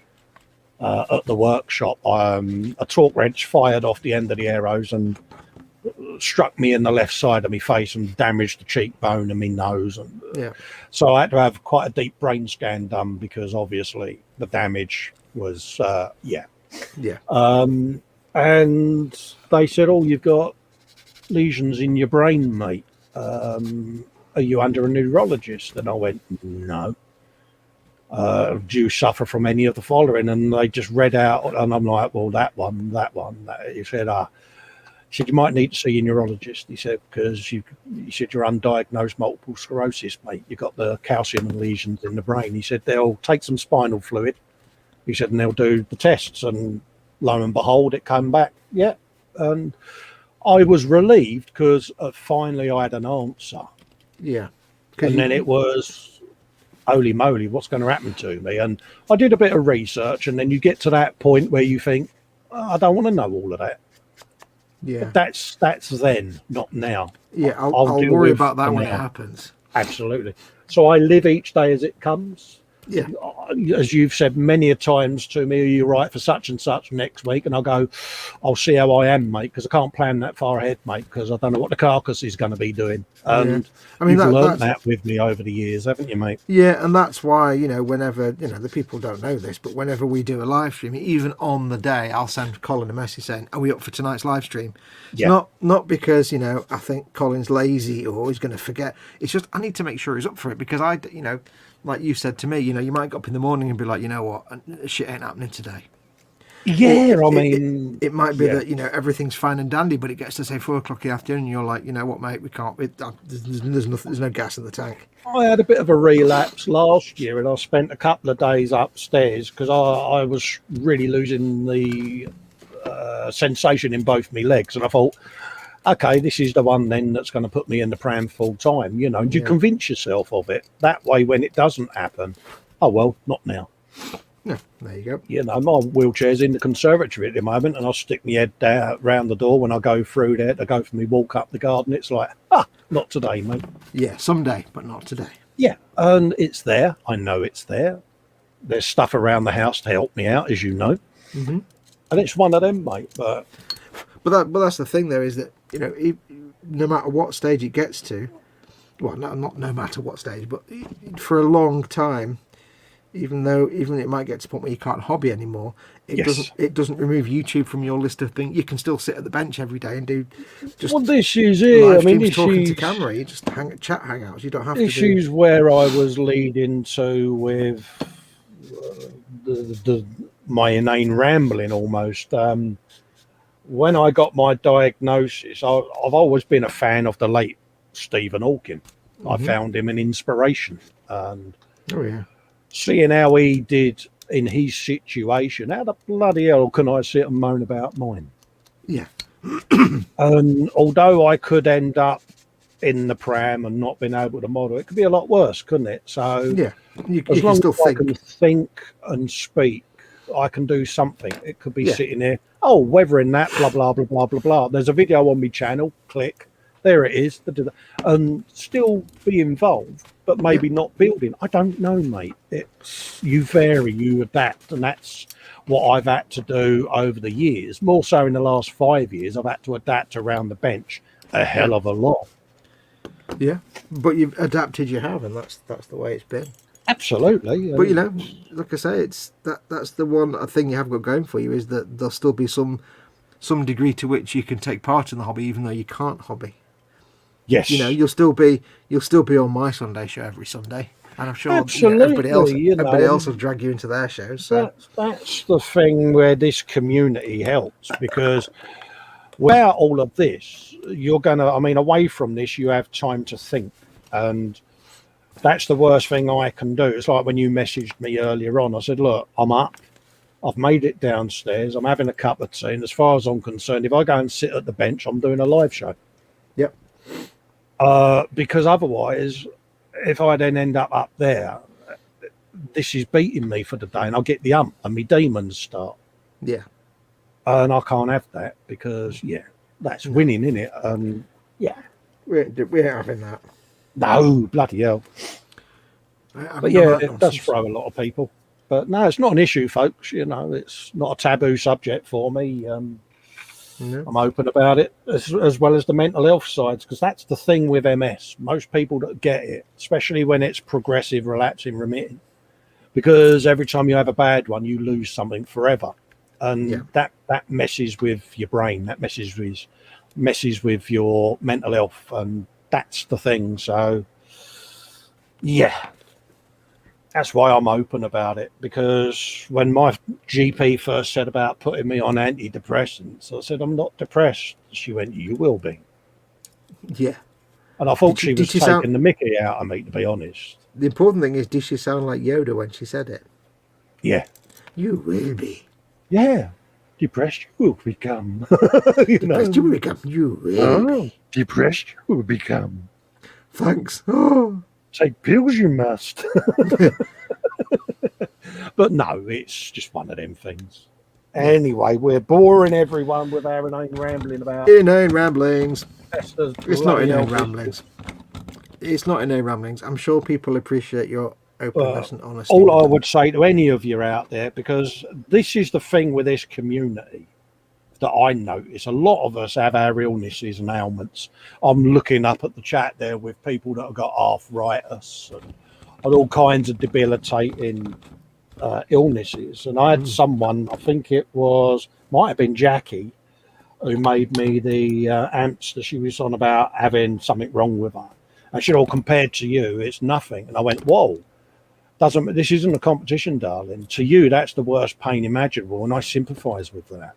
Yeah, the fact that somebody else has something worse doesn't diminish whatever that person's got. Yes, doesn't diminish it, and that's the one thing I think. I think I'm a far better person for having this condition than I was before it was officially diagnosed. Yeah. Because I was a bit of a git when I was a young lad, I mean, I liked a liked a bit of a rumble, and if someone was disrespectful, they got a straightener, that sort of it. I'd never go out looking for a fight, but if someone disrespected you in a way that I found a problem, I'd go and have a word with them about it.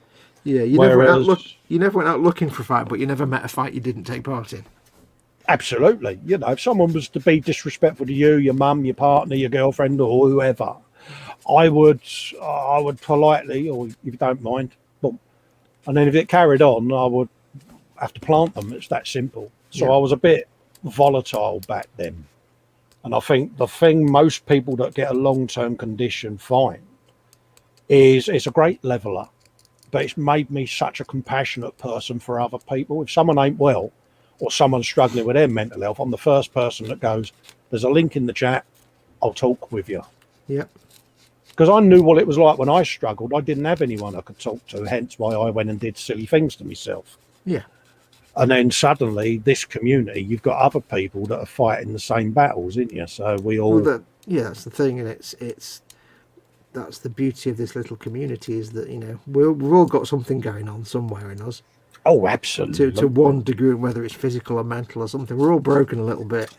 Oh, yeah. There ain't none of us out there that aren't broken to some degree. So that's why we sit and make little plastic soldiers, because we're kind of broken in a lot of ways. Well, we kind of hide it well, though, don't we? Normal middle-aged men and women don't sit and make little plastic toy soldiers. Let's just be perfectly honest. We've all got something a bit broken about us. I think the hardest part I found with this situation was when I had to take medical retirement from work. Because I'd always fought to go to work every day, even when I was on the sticks. And, my last employer was ever so good, tried anything and everything to keep me in the workplace, and I thanked them for it. But we both realised it had reached the point where for both parties it was untenable. Yeah. But it was still really difficult to go through that process. And you wake up feeling like you're on the scrap heap, but, what was I, 50 when I took medical retirement, so... God, I can't imagine being that old. Yeah, but Well, he's not for the next 6 months. yeah, although it was the right decision, it still really hit me. And even now I struggle with it because you immediately think that people are going to go, Skyver, work shy, benefits cheap. I don't get universal credit because Helen works. Yeah. So, and I wouldn't want it either because I would feel that that's taken away from someone else. But I get PIP because it was a payment in the workplace, wasn't it? You're disabled in the workplace. And that's continued because I don't get mobility, etc. You get a one combined thing, but the irony, of course, is that anybody that did think that would obviously be someone that didn't know you anyway, so therefore their opinions are yeah, but you still feel you don't there's think logically a about this, though, do you? Yeah. I don't, know me well enough, I overanalyze anything, mate, because you always think people are judging you. Do you want a tea or coffee? Half an hour later. Yeah, I'm like, well, I want a tea, but then the coffee won't like me because I haven't chose it. And too late, I drank it for you. You do. You sit there and go, I don't know, can you make the decision for me? Oh, I don't know. And it's weird. But... yeah. Everything's weird. But it's the really funny thing that I notice and the wife notices. If I'm out and about on the sticks, people treat me a lot more differently than they do if I'm in the pram. Oh, yeah. It is. They're very condescending when you're in a wheelchair. It's really bizarre. You get people that lean over and they go, are you okay? Is there anything you want? And it's like, I'm not 5. Yeah, I'm not a kid. Yeah, but don't get me wrong, they mean well, but it's really bizarre, and that takes a bit of getting used to, if I'm honest. Yeah. I mean, the thing is, even... the weird thing is that even, if for people who are experienced with, in dealing with people with disabilities, you still kind of unconsciously find yourself doing that. It's never done in a nasty way. No, sometimes it's just kind of I mean, I've known people with disabilities all my life, and even I sometimes sit there and I find myself thinking, I'm being a bit patronising here. I need to just I need to just stop being like, it's the voice. It's the voice when people that don't know your first meeting, they just do that. Hello, you okay, love? Oh, is there anything I can do for you? Yeah, you can off out of my face for a start. Well, especially if it's like a 5'9" hairy ass bloke doing that voice, you'd be like, "What's wrong with you?" Well, yeah, because most of them I'm taller than when I'm sat down, so it's like it is a strange one, but anything I can do for you? Talk to me like a normal human being. But yeah, that's the one thing I notice. It's like, oh, why are people suddenly talking to me like I'm 5? Yeah. And it took me a while to get my head around it. You should just sit there and say, yeah, I want a lollipop. Yeah. Well, Helen turned around and come out with a classic one when we was last in London. We went to the Tower of London and the pram come out, and I had me bottom lip out because I was going to say, did you grump about? I bet you grumped about it, didn't you? I did grump about it, but she was insistent, and she was right. Yeah. Again, we had one of these people. It was at the Tower, and if you need anything, they was really big patch on, and by then Ellen had got the ump. Yeah, because I'd gotten under her skin a bit with me whinging and me whining about being in the pram. Yeah. And she just looked at this bloke and said, yeah, she said, couldn't give me a hand changing his nappy, could you? And this bloke was like, she said, no, I didn't think you would. Cough out of it. And I'm like, that's my girl. That's my girl. That's my girl. There's a chat for you there. Oh, bless you, Angus Allott says. Good day, Angus. 20 Australian dollars. Good day, everyone. Here's a contribution to your next project, Carl. There'll be many more to come yet, mate. Thank you very much, Angus. Awesome sauce. That's awesome sauce, mate. Muchly appreciated. You just said awesome sauce. Obviously, the conversation we're having isn't me trying to get people to get their violins out and feel sorry for me. It's just an open conversation we're having, mate, isn't it? Yeah. You know, because there could be someone else. I had this in a chat once where someone had just been diagnosed with the dreaded curse and was quite sort of enlightened by the approach. And I've been corresponding with them on and off since, you know, and they've now started to adapt that style and it's helping them. So, yeah. Because it's like, I mean, like I say, I'm lucky that I don't have to deal with any, well, not that I know of anyway, any disability or anything like that. But I can imagine that if I had anything like, you know, a disability of some sort, I'd just say to people, look, I just want you to continue taking the piss out of me and mocking me as much as possible, the way you normally do. Don't change the way you deal with me. You're very similar to us, where you'd say, look, can you not be all namby-pamby around me because I'm still me? And that's all I ever say to people. I am still me, you know. Yeah. Despite the fact that my carcass is becoming my prison, I am still me. At the end of the day, you're still going to make a tit of yourself, and it's still my job and our job to call you out for making a tit of yourself. So. Oh, yeah, I am a grade A tit wobble at times, folks, you know. And people go, oh, you know, they go, oh, you know, I shouldn't mock you because you're a bit deaf, you're a bit this. And I go, no, they're mocking me because I've been a twat. We're mocking him because we're his mate. Absolutely. Mates mock each other. That's how you know you're good friends, because your good friends will take them. I mean, how merciless are we with, you know, Cy Reynolds and his... Yeah, well... Yes. Absolutely. Cy Reynolds, we broke one day in the chat, and he laughed so much that his leg fell off. Now, we really ripped him when he came into an hangout. I mean, it was like... it sounded so wrong, but like he said, it's that makes him feel normal. Yeah. And I can relate to that, because that's what you want. Good mates will go, yeah, but you're still a knob. Because I mean, there's always a limit, and there's always lines that, you know, you don't cross. Oh, but absolutely. At the end of the day, you know, if you can, like, you know, we mock Cy gently about his leg and stuff, and you know, we mock you about various things, about maybe your shakes and stuff, but we only do it to a certain degree, because we know if we can mock the disability a little bit, then it just means we're treating it no differently to you, and therefore it's part of you. You're still treating me with dignity. You're not berating or humiliating me in any way. You know, we're not separating out you and your. We're just saying it's just you. I got asked in a video once why I hooked my little fingers together when I painted. I said, if you shook like I did, you would do the same. And they felt awful because they had asked me the question. And I said, don't feel awful about it. You asked me a question, I gave you the answer. It's because I shake a lot. So when I paint close-up figures, I hook my little fingers together so that it helps keep my hands together. You know, gripping thing. You adapt. Right, I need to go for a little wee, but I also need to get myself some water.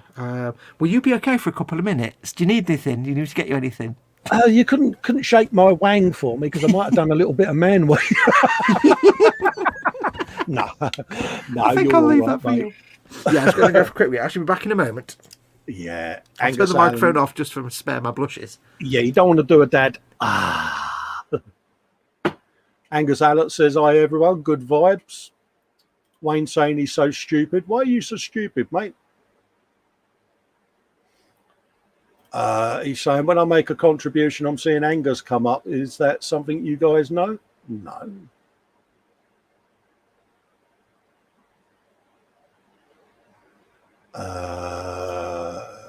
Oh, he's waving. Sorry, mate. I didn't realise you'd disappeared. No, it kicked me out just as I was about to go. Oh, I thought you had done that deliberate because you was going for a man. No, I just turned the microphone off. I'll be back in a moment. What's that? Can you please let your US hours know what an Angus alert is? An Angus alert was Angus had put in a super chat, Wayne. So I said an Angus alert, i.e. a take on his surname, Angus Allett, had done a contribution on super chat, mate. He's also saying, if I get terribly drunk and send Dad dollars, it's because he loves him. Yeah, Dad's got a patron, but you can also grab him a coffee if you want. Wayne, he's got a buy me a coffee link, I think, on his channel, mate. So we aim to get into the 1K subs at some point, and we'll keep pushing it. And obviously, you know that he's on Patreon as well, buddy. And he feels the love. And like all of us, you know, he is shy about sort of mentioning the patron and that, because we do all feel a little awkward at times talking about that. Richard Petzel saying hello to Angus. Panzer Koenig is saying hello to Angus. Hello, Panzer Uggs. Sue saying, oh God, get a room. He's saying hello to Richard. Wayne saying spell correct is terrible. Oh, it's the bane of my life, mate. I am returned. It really is. Festa. Wayne saying, when I make the contribution, I'm seeing Angus come up. Is that something you guys know? Not sure there, mate. I'm seeing Angus come up. What? Not sure, mate. Well, Angus Allett is in the chat.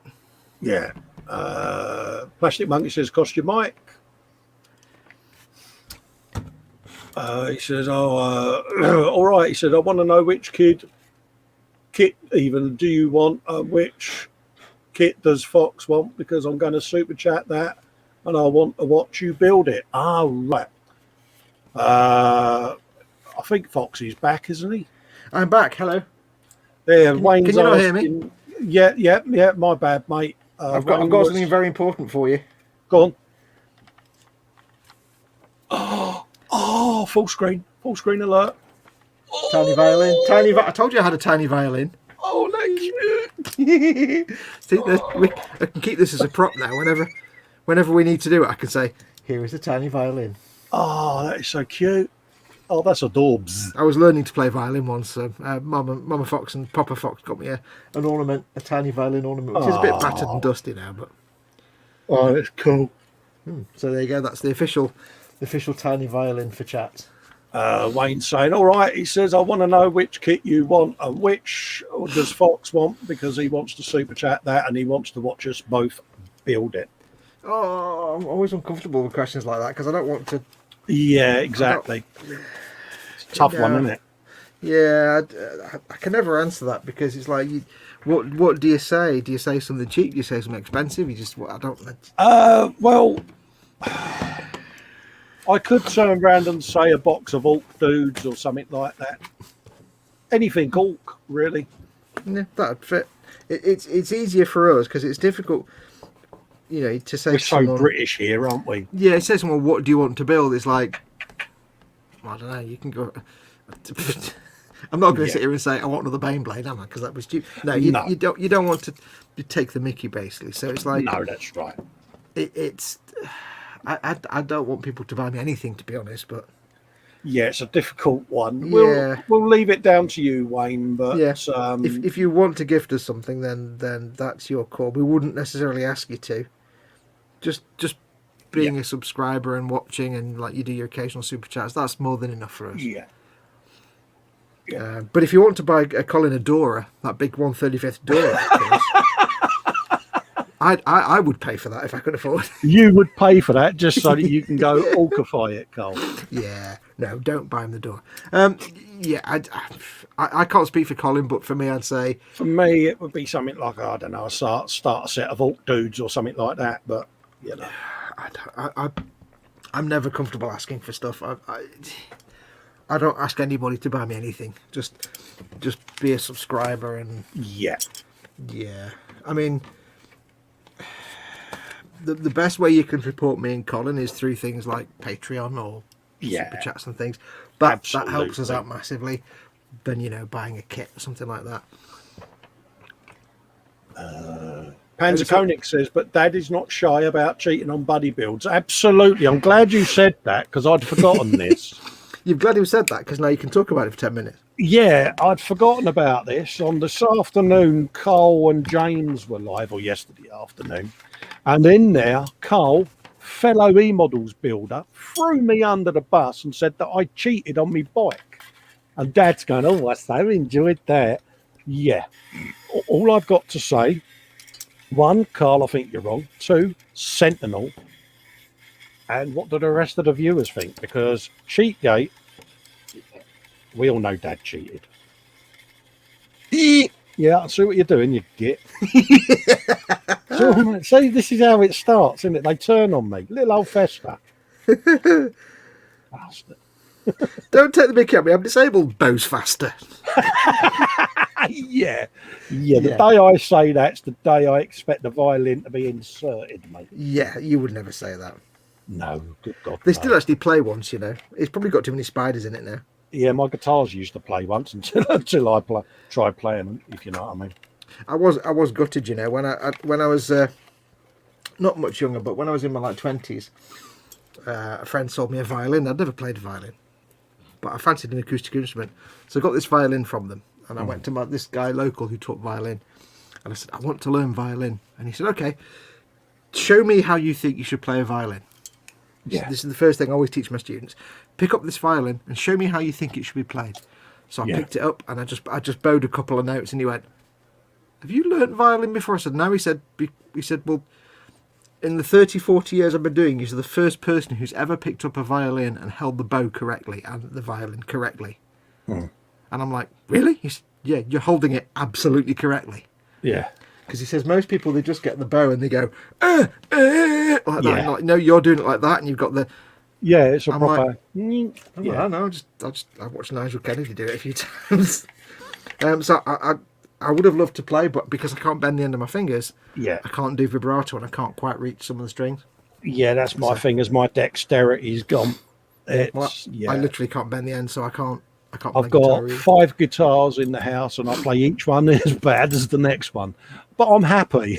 Because in my mind, I sound really good. And that's good enough for me. Who was the famous guitarist? Was it not Billy? Not BB King? BB King, yeah. He only ever played one, because I was like, I can't really do. I'm too stupid to do chords and stuff. And then I was like, hang on, BB King only ever played one note at once. I can do this. Yeah. But I never did. So I could play violin. Now and then I've picked them up over the years and had a session. But yeah, it's got increasingly difficult now, but they're still there. It was for me, it was more the case of, because I spent for so many years, I had like synthesizers and recorder equipment in here where the workbench is. If I wanted to do some tunes, I'd have to turn everything on, set everything up, turn on all the equipment. Yeah. By the time you've got it all on, you're kind of like, oh, I'm bored now. Whereas sometimes I just wanted to pick up an instrument and twiddle and play and just like play along to some music. I've never been trained, so I thought I'll get a guitar, I'll get a violin. And I realised I had a violin. I realised I can't really do vibrato, but that's not a problem. But also, there's no way to play this quietly. Yeah, that's going to be really embarrassing. And then for some reason, I got a saxophone. Yeah, and realised the same thing. I realised A, it's really hard, and B, I can't play quietly, so that's no good. Then I got a clarinet, and I got a clarinet that you have to assemble. It's like in a little case. Oh right, and because it's like in 3 bits, and you put it together, and it's like just putting it together I had to go on the internet to find out, and then I was sweating and panicking, so I couldn't even assemble it. It's in the loft now. You really are bad, aren't you? So then I thought, I'll just get a guitar, and I've had a few guitars over the years. Yeah. And I was, but I really would be one note at a time. So. Yeah. I have got one of my Les Paul copies is one I actually built from scratch myself. So awesome! I was dead chuffed with that. That's the Led Zeppelin one. I only had one electric, and that was a Fender knockoff, not an official Fender. And I bought that purely for one reason. And I don't know what. I was doing a cover version of Jean-Michel Jarre's Rendezvous 4. Oh right, yeah. My brother used to be well in Jarre. Well, I was doing a cover of Rendezvous 4, which I've done a few of. Because I used to like doing cover versions of stuff. Yeah. And I was like, I'll do the Destination Docklands version where it had that bloke from the Shadows or whatever they were. Hank Marvin. It had Hank Marvin doing a guitar twiddly bit on the end. And I'm like, I'll record the cover version on all my synths. And I'll do the Hank Marvin bit as well. So I got this legend, mate. I got this electric guitar, this little Fender knockoff, and it was really cheap. And you know what? It wasn't that hard to do that because it was like one note at a time. Yeah. And it was like, you know what? Hank Marvin. Yeah. He's not all that. Yeah, but then I never used it again after that. It's surprising how you listen to an artist and then you see the the guitar tab, and you then sit there and think, you lazy git, is that all you did? Yeah, and then you try and replicate it, and you're like, yeah. I'll tell you that the thing, because I used to listen to a lot of Jar and stuff, and the one thing I developed listening to it and then playing synth was I'd had to learn, or I learned as I was trying to figure out how to use these synths and how to program them. I learned how to listen to that kind of music and break it down into its constituent parts. Yeah. So I could listen to a track like Rendezvous 2, and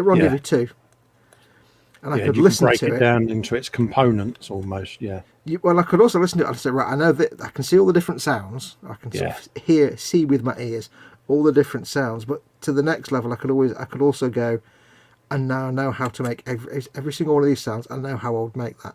Yeah, you get to know the shapes, the chord shapes, and Well, no, it wasn't so much that, but it was because it was synthesis. It was more a case of how to create that sound. Yeah. So when I was trying to do like a cover version of Rendezvous 2, it was like, I kind of know how I need to make all those sounds. I'd hear a sound and be like, right, that's this shape and that wave and this shape. And then, I don't know, it got really weird in the end. I kind of got a bit like a kind of savant about it. No, but mate, if it's a thing, isn't it? At the end of the day. I took one of my synths into Johnny Roadhouse in Manchester many years ago to sell it. Yeah. Legendary musician Johnny Roadhouse. He had a store in Manchester, and the guy behind the counter, he said, I've got to turn it on and make sure it was a Roland D20. So he plugged it all into an amp, and he's like, and I said, I'll just give you a demo just to make sure it was working. So I tried to record a cover version of Rendezvous 2, so I'd recorded this big fat thick pad sound, the string sound for Rendezvous 2. Yeah. And I started playing Rendezvous 2, there you go, and he's like, whoa. I said, what? I said, I've never heard anybody make those kind of nice sounds out of these synths. I'm like, so what do you mean? He said, well, most people get them and they make a few twiddly sounds or they use the presets. He said, but you program that? I said, yeah, it's just 8 pad sounds. It's not 8 timbres. It's not that complicated. All offset with the pitch a little bit. And I'm going all like, it's just slight detunings on this and that, and a bit of, and he's like, I've no idea what you've just said. And I went, okay, I'm kind of a bit of a savant, aren't I, with this. That's the thing with guitars I liked playing with different tunings. You know, so evening, Dad. Good evening. Oh, hello. A voice from the heavens. Hello, Father. Mr. Cheekgate, I'll give you. Yeah, bloody Carl and everything, you know. What was it you were saying? Oh, yeah, Carl had me back. Oh, yeah, he said this. It's like, oh, really, did he now? Oh, apparently Panzer tried putting him right, telling him the truth. Good, well done, Panzer. Thanks, mate. Nice to know you had me Colin, back. There's a message for you in chat, dude. On the screen, oh, my mate. God. I think that's, never mind you, it's broken me. Oh, Wayne, bless you. He says, no one's going to answer me and give me a straight answer as far as who wants the next 40k, but you guys can separate this donation and decide yourself. Dude. Oh, Wayne, bless your heart, mate. That's a massive, yeah. That's crazy. And I can assure you I'll be splitting that with Mr. Fox after the show. Yep, I'll get my £20 out of that, and I'll go be daft. Well, Wait, that's 15. Stupendous. Yeah, right, £5. Hey, there's your stompers, chaps. Yeah. Oh yeah. Oh, we did say actually, didn't we? Because Cole, you need to get an Orc Stomper. Yes. Apparently. And Dad's already built one, but he'll get another one if you do a buddy build. And I said, well, with you to do it, I'll get one, and I'll do a buddy build with you. Yeah, what we'll do then, Wayne, because we didn't want to say anything like that, because to us that would be too extravagant for us to even think of. But now I'd be like buy me a pack of Cadians or something. Yeah, now that you've put such a generous donation in, then that'll be my Orc Stomper. Thank you very much, Wayne. I'll get an Orc Stomper as well. Yeah. Yeah, and we'll do them on the Friday Frolic, and we'll do them as a Wayne's Model Works dedication build, mate. Well, Colf, to stay farting about, why don't you just order both? I'll order both of them and ship one direct to you, mate. Don't ship it. I mean, ship it from them, not from you, obviously. Yeah. I'm speechless about that now. I'm yeah, absolutely. Yeah. That's massive thanks to what I do. That's ridiculous. It leaves you feeling a little Yeah. He's done it again. Yes, it's... Bless him. Hang on. He's put another one through. Oh, Hey. what? Here's your portion, my friend. Oh, that was a massive moth. Sorry, it just fell out of my face. I'll deal with that in a minute.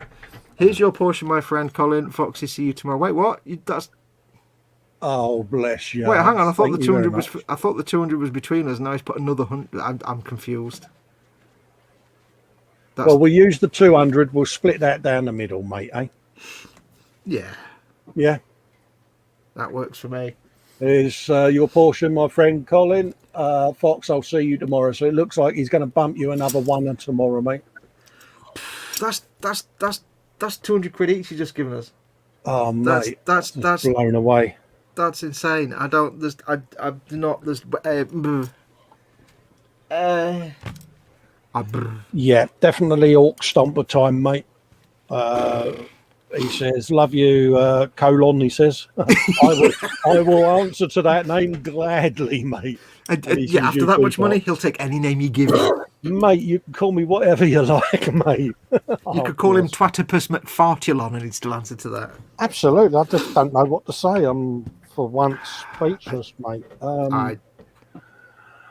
I shall be ordering the Orc Stomper as soon as YouTube send me the money, mate. That's insane.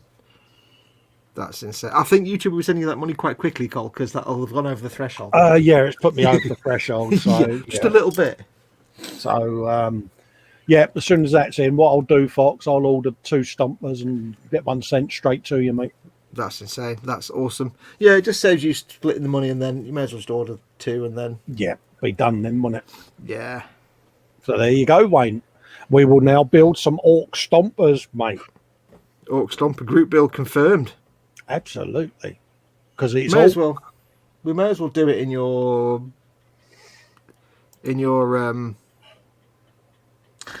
he's done it again. Hey, he's done another one. Yeah. What are you doing? Wayne, you guys what are you are so doing? awesome. Order now. Oh, Wayne, bless you. It's like $400 he's just put through. Oh, bless you, mate.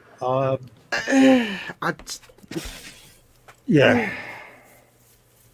Absolutely. He says, order now. Oh, bless him. So, Colin, when you order the squig off Yes. from Forge World, which you can now afford, I can, yeah.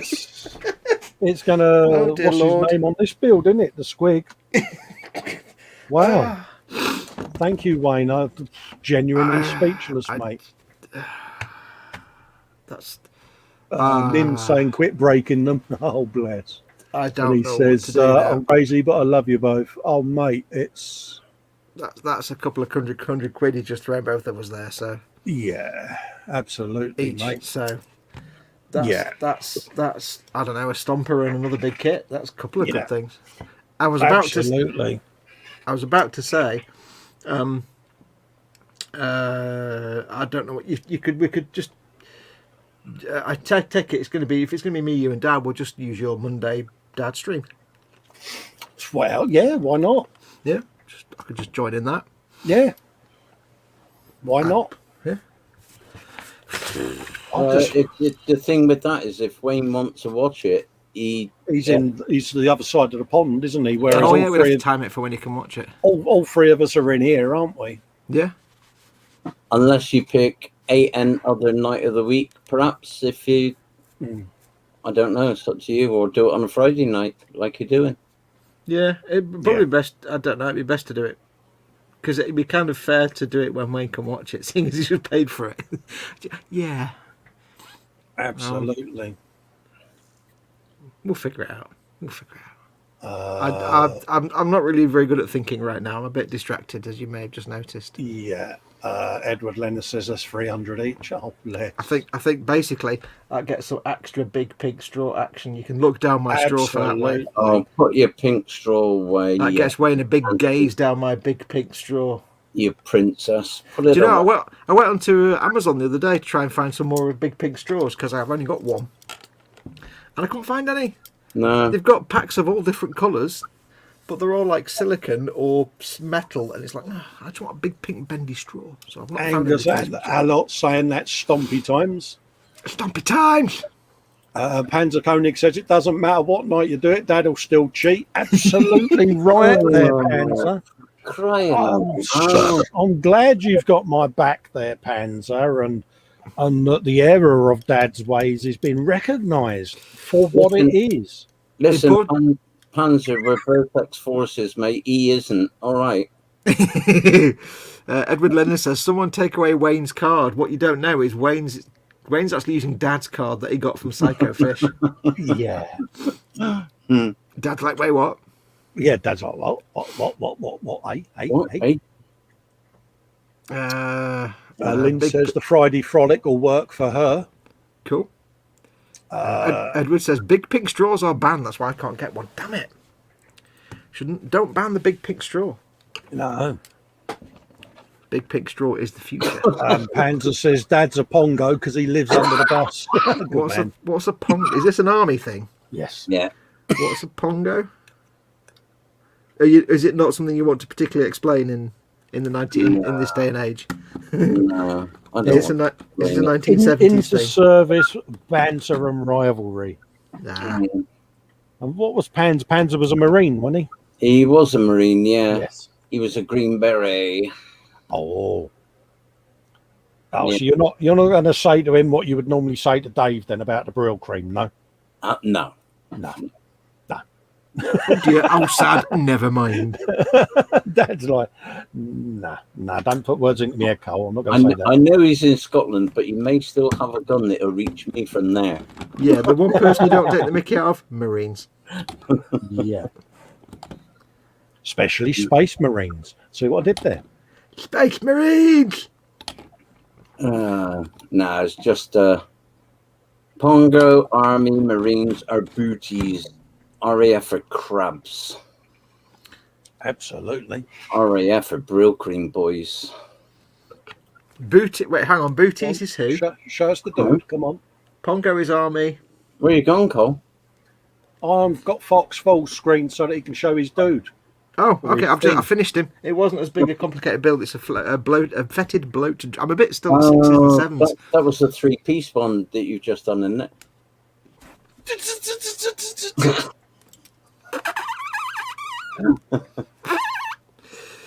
5-piece, thank you. 1, 2, 3, 4, 5, 6, 7-piece. 7-piece. 8-piece, including the stand. God, that's 2 weeks' work you've done there in an evening, mate. I know. I'm proud of you, mate. Is that one of those little steampunky things that you and Si was on about, or is that something completely different? No, those are that's a Sigmar, Age of Sigmar thing. The I'm trying to think what they're called. Haradrons. Because all I can think of is dwarven names from Skyrim. Yeah. I had the word Arkan Gathams in my head for some reason. No, this is Death Guard, so this is a fetid bloat drone. Yeah. It's basically, that's all fleshy stuff, and there's guts hanging out and things, and it's all disease. And it fires plagues, and it's all minging. Don't know there, Fox. Proud of you. That's a lot less complicated. complicated. Proud of you, soldier. Yeah. I've not finished it yet. I've got floaty engines to put on it yet. I'm not finished. He's good, isn't he? He's I'm not really finished good. yet. Just realised. Your praise is unwelcome right now because it's not yet finished. It will be welcomed. Wayne's saying, how comes I cannot keep submitting super chats? They've locked him down. Oh, bless. Oh, I don't know. There's no limits, are there? Maybe there's a timer on it or something. I don't know. Yeah, I mean, it's a 15-minute time. I don't know. I thought you could just do as many as you wanted, to be honest. Yeah, Edward Leonard says, I love that soldier. Yeah. Oh, Wayne's model work's done even. Says, love that soldier.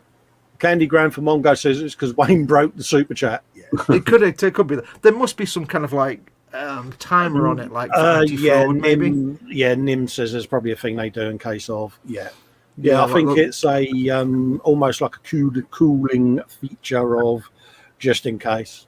Yeah, I don't think it'll be like you can't do them anymore. I think it's probably just a case of they'll need to wait for a bit. Yeah, as Lynn says, it could be the bank might think that something's going on with the card. That's true. They limit the amount over time to reduce fraud. You'll be clear in about 10 minutes, as Angus said. Yeah, I've had it before when I did super chats to a few people one night, and it was and it wasn't a lot, it was just a minimal amount type of thing. Yeah. But I mean, look at that night we broke you. Oh, yeah, the night. Oh God, yeah. That was like that was crazy money. That was just that was Cy Reynolds. That was. I've got a slightly modified Valkyrie, mate. Do you know what's really funny about that night? Look at that. Do you know what's really funny about that night though? When Cy Reynolds went crazy. Yeah. The next day he says to me, "I got in trouble." Oh, did he? His missus kicked his ass. Really? Oh, Yeah, did he get the look? Yeah, I mean, Yeah. I think she was kind of evil anyway. She's long gone now, but Yeah. he said, "Yeah, I got my ass kicked the next day." I said, "Yeah, but it's your money." She went, "Yeah, I know, but I got my ass kicked nonetheless." Yeah, it's. I was like, It's "Oh one dear." of He them, went, innit? "Yeah, You know, I got told off." if I could afford to do it, I would do it more. You know what I mean? It's one of them. You know, it's. I've always said that if I won the lottery, there's going to be a few people in this community that are going to have an happy time because, yeah. Oh yeah, absolutely. If I look won the after your lottery, if I won the lottery, there's a few people that would suddenly have a dedicated model making shed or Yeah. garage. Absolutely. So Well, I keep there's a going few- back to these greebles. There's a few people that would no longer have to worry about having a day job and they could just spend all day making models. Absolutely. Myself included. Not that I have to worry about having a day job, but you know. What am I doing now? We're broken, aren't we? I We're on autopilot. I don't know about you. It's just like Big fish, little fish cardboard box. He's done it again. No. No, it's Oh Angus. my God. Oh, what? Angus Allett says $200 super chat. You might need some more paints. Oh, bless you, mate. Dude, Thank you so much. has there been is there a bottle of something nearby? These. Have you been having a bit of a sniff to this tonight, Angus? Question, Angus. Angus, love my naivety. Are you happy that I share this with Fox? Yeah, is that just for Colin?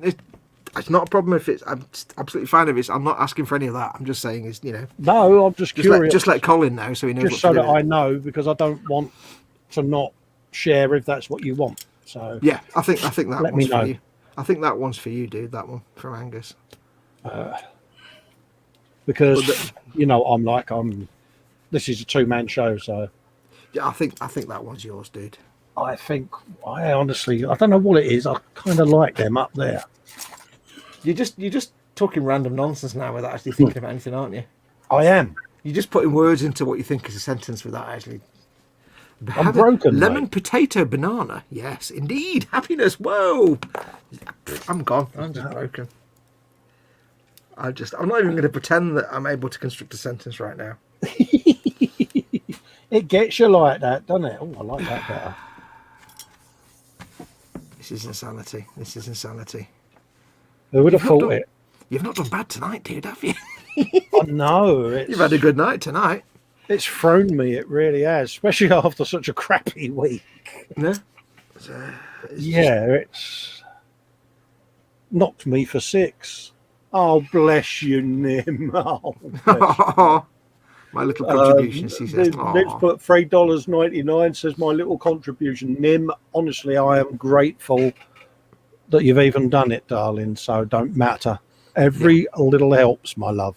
As Yeah. I've said before, mate, whether it's a 99p channel member or a $10 channel member, Absolutely. you're all as important as each other. Yep, Yeah. absolutely. And Psycho Fish, don't fuck with a fish, he says. Oh, I've just seen what's come up after that. Oh no. Oh my God. You're doing pretty good tonight, Carl. Oh no. I think you're pretty my sorted. God. I think your stash might be growing in a bit. You do realise this is all going to be Warhammer stuff, you know that. Because that's what this show is at the end of the day. So, yeah. Edward Leonard's comments are the best. Oh my God. That's what happens when you piss me off, Psycho Fish. Angus Allett says, woohoo, Psycho Fish. Oh dear, I don't know what to say. Yeah, definitely. You're right there, Lynn. I know how you felt now, Fox. Yeah, What you on now? You're on. Let's have a look. Oh, I don't know. 20. 2, 3, 4. Oh, I've lost count. It's Well, staggering. there's 400, 2 for you, 2 for me. So you've got 200. Plus then Angus is 200. So you got that's about. So that's American dollars. So that's about. I don't know what that would be. 170. Then you got Angus Allen's Australian. So that's about 150. You're doing pretty good, mate. You're on a And good few hundred. Nick says, Dad, just check that your bank card's not in the fish tank. I think Dad's just fallen over now. Yeah, bless him. Are you still with us, Dad? Edward Leonard says, nice, Wayne. Yeah. Angus Allett says, it's 11 a.m. I'm on the beers and share away, Cole, whatever you want to do. JC Bricks and Build says nearly $1,000. Oh, my God. Frankie goes to Wobby Woods, put in €50. He says, not much, but hey ho, laugh out loud. Hey, mate, it's more than enough, Frankie. Yep. Thank you very, very much, mate. $50 is a lot of money. Absolutely, €50, mate. That was. And €50 is a lot of money. Yeah, 50 anything is a lot of money. Richard Petzel says, awesome contributions, gentlemen. Absolutely. I mean, I didn't expect any of that. No, Yeah, I mean, off the kindness of your viewers, I've already made almost as much as I make in a month already, just from tonight. So I've just doubled my income this month. So I'm speechless. Yeah, exactly that, mate. So yeah, How did you absolutely. Edward Leonard saying you could have bought a car, laugh out loud. Angus Allott saying, yeah, break them. break him? Psycho Fisher's going, Frankie, you're awesome, dude. He says, I'm right there. Cy Reynolds will be so pissed off that he missed all this. Yeah, that's the broken, eh? My God. Psycho says, I didn't mean to start a peeing contest if anyone wants to, but no date more than I have donated. Let me come up. Oh, bless. Lynn saying, great Frank, G, next Friday's payday, so she wished she could give. It's all right, Lynn, that's not a problem. You know us, love. Your company's always important, darling. Absolutely. JC Bricks and Bill says you may want to pinch yourselves. Absolutely. Yeah. Not everybody can afford to, can help like this, but then it doesn't mean that we think of them any less.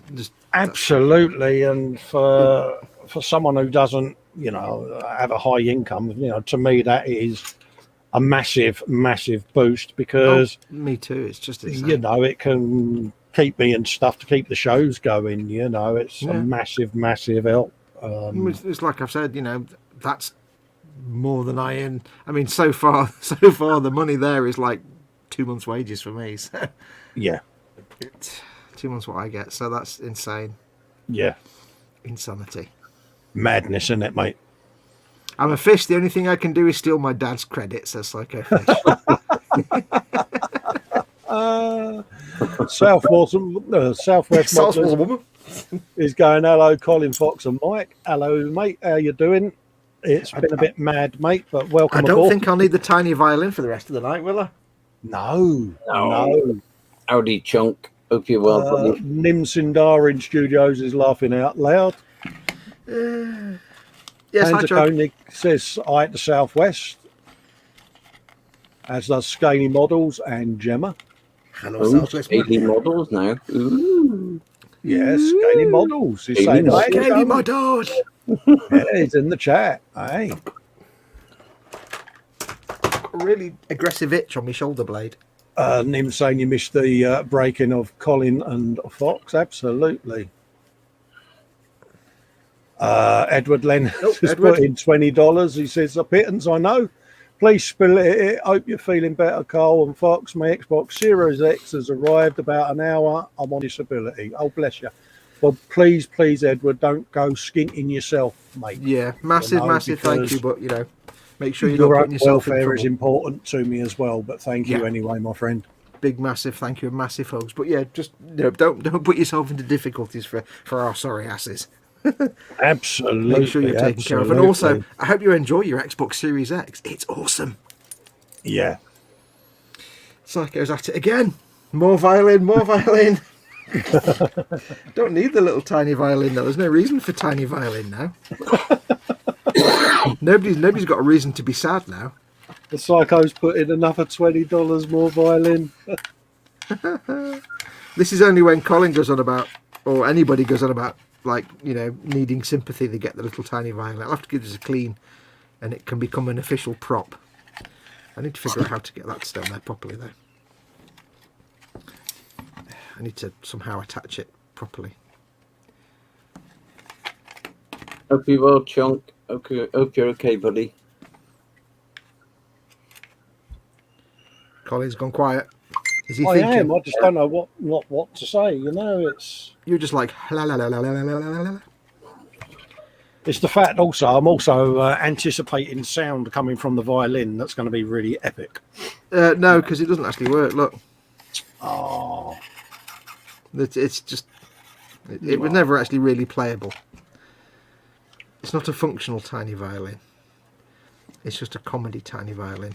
Psycho Fishers, I love contributing, and everything is cool. My job is finally getting back to normal, and you guys have been my stability through all this world on fire BS. Oh. Absolutely, and to be honest with you, it's been nice for us feeling that we're doing our bit to help you guys and girls out, because a lot of us have had a long time at the bench, and when this all started, it was nice for us to give something back to you people that have been supporting us. I've got to say it. If we're your stability, dear God. Yeah. Paul Di Tommaso. Oh no, not Paul Di Tommaso. Lynn Dipple says, I wonder if you could take it to a violin store to see if it could be strung. It was strung originally, but it was never actually intended to be playable. It's just a little cheap ornament thing. Sadly, I did try playing it. Paul Di Tommaso's here. Hey, Paul. Yeah, he says, I'm too on disability and the wife will be getting it soon. She's been diagnosed with a degenerative disease that affects her ability to work. Oh, mate, I'm so sorry to hear that, dude. That's nice. Just keep positive, mate. Your closeness to each other will get you through it. And, yeah, don't let it define you. Don't let it beat you. Psycho Fish says, Foxy, if you could get me Bumblebee on that violin, I'll give you $100. Hang on. God, here he goes. The determination. I've got to undo my cable tie now that I just tied.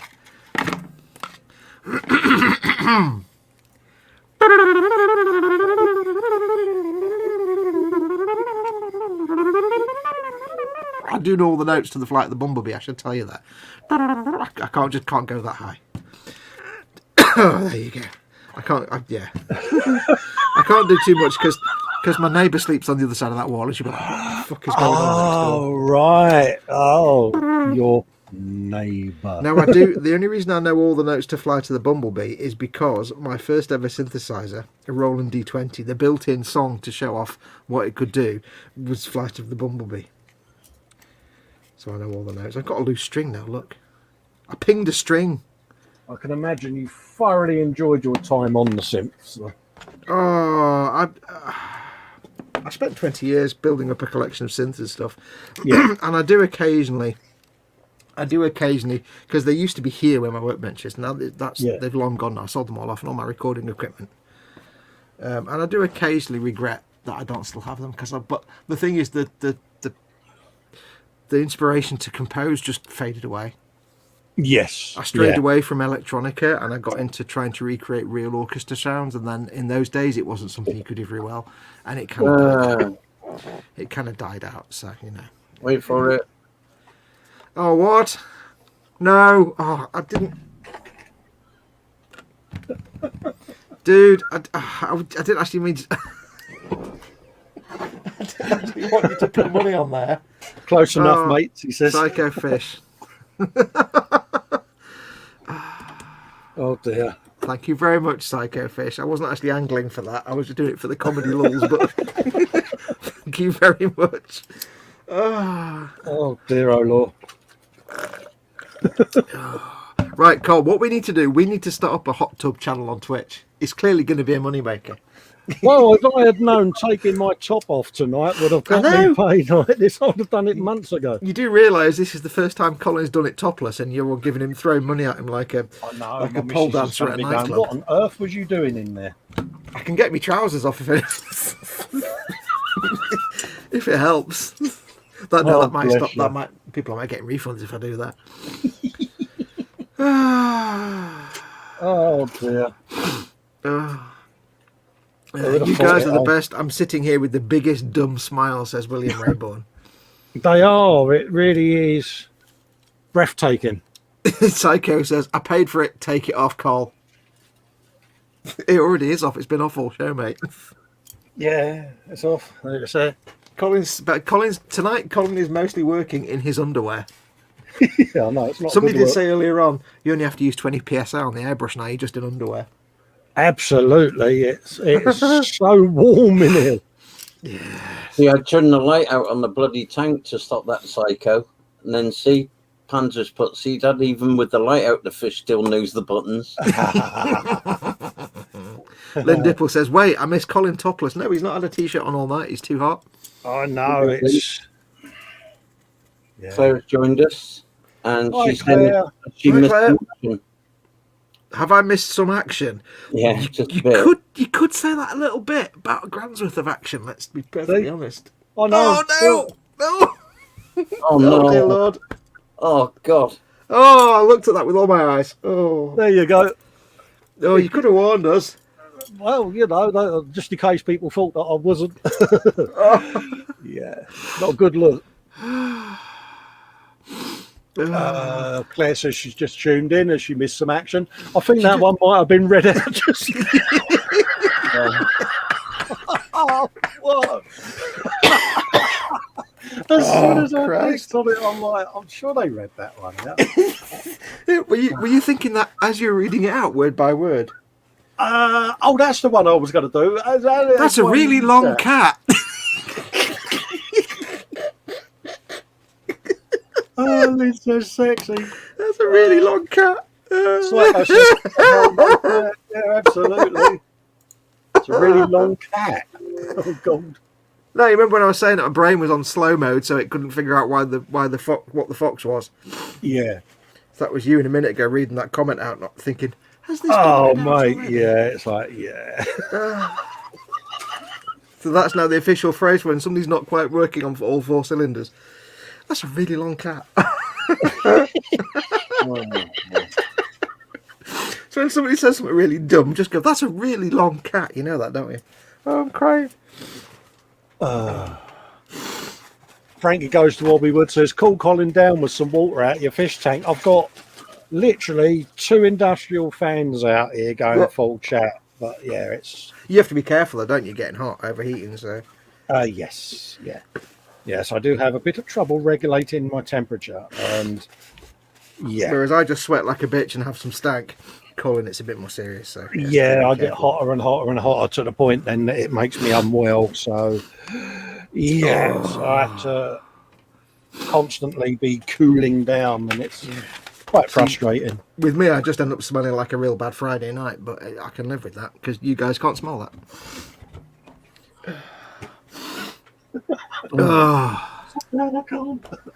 That's a really long cat.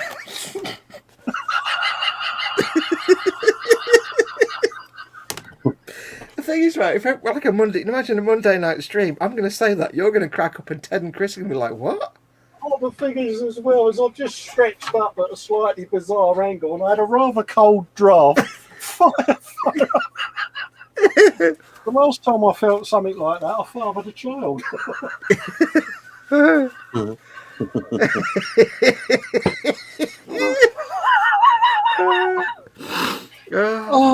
God. I'm crying.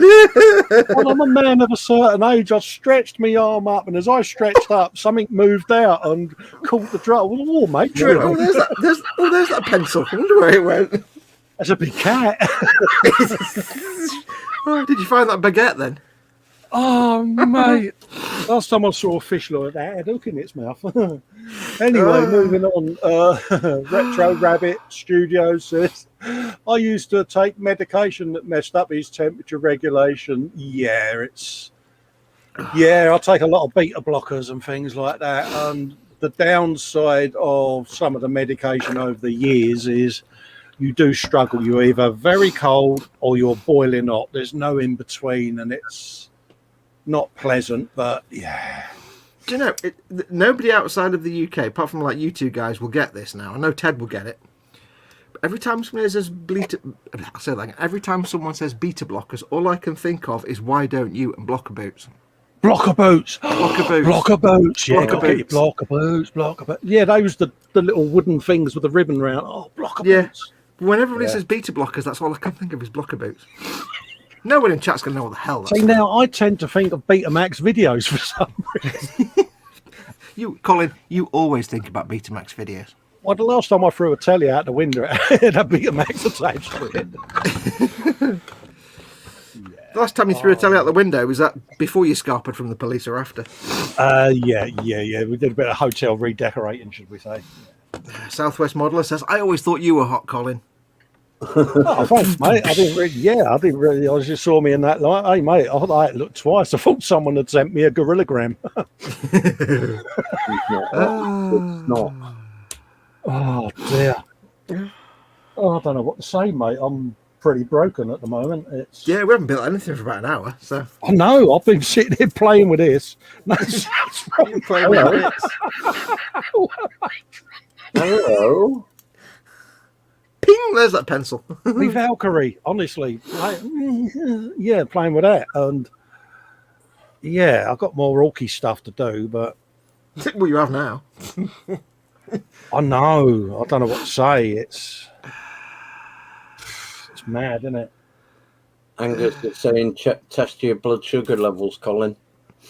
But you assume he starts to get the sweats if he's gonna hypo. So yeah. I done the other day, mate. Then you spotted it a mile away, didn't you? Mm-hmm. What's that? I was reading the comment then. What? Hypoglycemia. Yeah. And it just comes on, mate. It's like, just say Colin carbs. Get some carbs on you. What do you eat in that for carbs then? A quick fix, like I know, like you're not gonna have potatoes and stuff. Crisp, a piece of bread. You can have anything like that. Mars bar, Lucozade tam, sweets, anything like that. What are the warning signs? Like you get what is classed as the EBGBs. Get the sweat. You get the sweats. You start really sweating badly, and then it goes from there. Mm. How did Dad spot that? Were you on camera facing the camera and stuff? Oh yeah, Eileen was diabetic, wasn't she? Type 2. Yeah. Type 2 or type 1, Eileen. I can see it in the eyes as well, Fox. You can tell that hypo's coming on. I was just thinking in case me and Colin on a stream at some point. I wouldn't know. So yeah, it's one of them. I've gotten used to it. I mean, falling apart, folks. It's just one of them, mate. It's Dad spotted it before me because it took me a while to realise that was what happened. And you get a bit of memory fog after you've had an hypo as well. You know. Yeah. Headaches. Yeah. Lynn says, my temperature is messed up. I had 3 heat exhaustions and 1 heat stroke and radiation. So anything above 70 Fahrenheit, 21C, I feel real bad. Yeah, but you live in like the. What's that noise? What was that? Did you just get a buzzing noise then? I could hear it. It wasn't me though. No, it's me. It's like a dial tone. Don't forget though, Lynn had major surgery, didn't she? Years and years ago on things, and is it a result of that? Is it, Lynn? Without going into detail, because I respect your privacy, you know. Claire says playing with your parts. Wayne says outside here in Arizona, it's crazy. It gets up to 121 sometimes in August. Really? That's Fahrenheit, which is what about 7? It's about what's that in Celsius? That's well over 40 degrees. That 40 degrees. Oh yeah, in old money, that's Bizarrely, today, for whatever reason, I found myself looking at Rachel in New Mexico, in Nevada, which is Oh, where the little alien is, just near Area 51. Oh, right, yeah. And found myself thinking, you know what? If I won the lottery and had millions of pounds at my disposal and never had to work ever again, I'd basically go to the little alien and permanently rent one of their trailers and just live there. I would be straight out to SpaceX to book me flight. Yeah, but I thought that'd be cool. Just go and live there. They might have some vacancies in the bar next year. So I thought that'd be fun. And then I thought, what? So I looked at the temperatures, and the temperatures average from summer high of about 40 degrees. Yeah. Down to a winter low average. It can go down to minus 21 degrees in the winter. That's cold, that. Especially because it's all trailers in Rachel. It's all little trailers. So it's like, wow, that's going to be really cold in a trailer. Jesus. So then I thought, maybe I won't go and live in Rachel, New Mexico. Lynn saying, Nevada. Yeah, it is. Yeah, I can imagine Lynn, bless you. Southwest Modeler says, yeah, he's had a couple of hypos, not fun. Yeah, they creep up on you, mate, don't they? Claire was asking if that was your funny sound card, Dad. Yeah, it was, yeah. Didn't hear a thing, mate. Didn't hear. You gets really heavy, a loud buzzing noise comes out of it and then it clears. What was it? It's like a dial tone or something. It's my sound card, but I'm changing my PC out tomorrow. I'm putting my old one back in because I never got that problem on that one. This is a gaming one that I've got now. Yeah. I found with my sound card I've got, every now and then it would go bing. Oh, you've plugged some new hardware in. Wait, what? Panzer's saying just before he heads off, he needs to point out to all in chat, Dad is a serial cheater. Thank you very much. Thank you very much, Panzer, for your support there and having me back and all of that lot. Counterpoint, Scale Modelling Chaos says, Panzer, it's not Dad that's a serial cheater. He just finishes early. Yeah, he does. Panzer, piss off back to work now. Bye-bye. Angus says, my missus is type 1 and yep, can tell when she's up or down. Oh, yeah. Bless. My friend's type 2, I think. I've not seen him in 10 years, but my friend Mike is type 2. I think he's type 2. Yeah. And he was sat there one day and he did his little prick test every morning. And I've been round to his house, we'd have been on the beers and stuff the night before to the pub. And he says, do you want to do a test? I'm like, what? He said, do a blood test, see what you are. I said, yeah, okay. We had curry and beer the night before. Yeah. So he said he did his, and he was like, whatever his reading, I don't know what the reading was. I don't know what the readings are supposed to be. So he said, oh yeah, mine says this, so I'm a bit low. And he did mine. His blood sugar level. He went. I said, what's it saying? He says, well, effectively you're dead. Yeah. Because you've got a blood sugar of nothing. And he said, I hate you. You've had all that beer and all that curry, and your blood sugar is 0. I said, that can't be good. He went, I know, you're probably dead or something. I'm like, okay. He said, I hate you completely. It takes you a while, because I didn't realise at first that it was creeping up on me, and it was chatting with Mike, and he spotted something, and I went and asked me GP, and, it was, you're type 2, mate. It's one of them. But I'm still getting used to it and still getting caught out every now and then, if that makes sense. Yeah. You know what I mean? I still haven't fully got my head around it, and I suppose with everything else that's going on, you tend to not notice. And my worst habit is I don't eat little and often grazing. Yeah. I'll go all of a sudden I've gone 5 or 6 hours without something, and then bang. The thing is, I know a few people who are diabetic in one type or another, and not one of them has any ability to 100% either control or spot when something's not right, and they always find themselves falling. It's not any failing of yours. It's just that's the nature of diabetes. Yes, the nature of the condition. It keeps you on your toes, but you never get it right 100% of the time. No, I mean, I would say I'm very early stages getting my head around it. Predominantly trying to manage it with diet, but I think it'll get pointed out when I next see the nurse that that's kind of not working. So yeah. JC Briggs and Bill says, gonna head off to bed now, guys. Just finished building a Lego Rapunzel tower. Picture will be posted. Much love to Colin and Fox and Dad. Everyone in chat, take it easy, Colin, buddy. Absolutely, will do, James. Thanks for your messages of support during the week, mate. Wayne says, I tried to send you some more cash, but Google won't let me. It shut him down at $600. Oh, bless you. Wayne, that's more than enough, mate. Yeah, you've served your country successfully now. broken us. You know what's going to happen. He's going to be in your show tomorrow. You know it. Oh, no. There you go. Oh, no. It's your turn tomorrow, mate. He did say that earlier. You've already been more than... Yeah, but you put it all in your check. You've already been more than generous, dude. Don't go crazy. Make sure you can afford to buy yourself food. Everyone's saying good night to James. Absolutely. Yeah. Nim Sindarin Studios is saying my gran was type 1.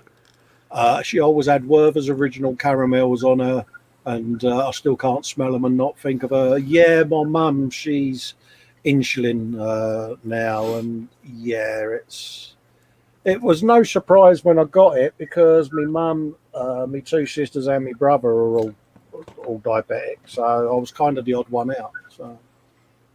Yeah, part of you probably thought it's gonna end up that way. It was going to happen, and obviously due to mobility, you become more sedentary, don't you? So my weight increased and activity decreased, so to speak, and then bang, it just puts you over that. Yeah. I just totally misheard that as you become more sedimentary, and I'm like, wait, what? Sedentary.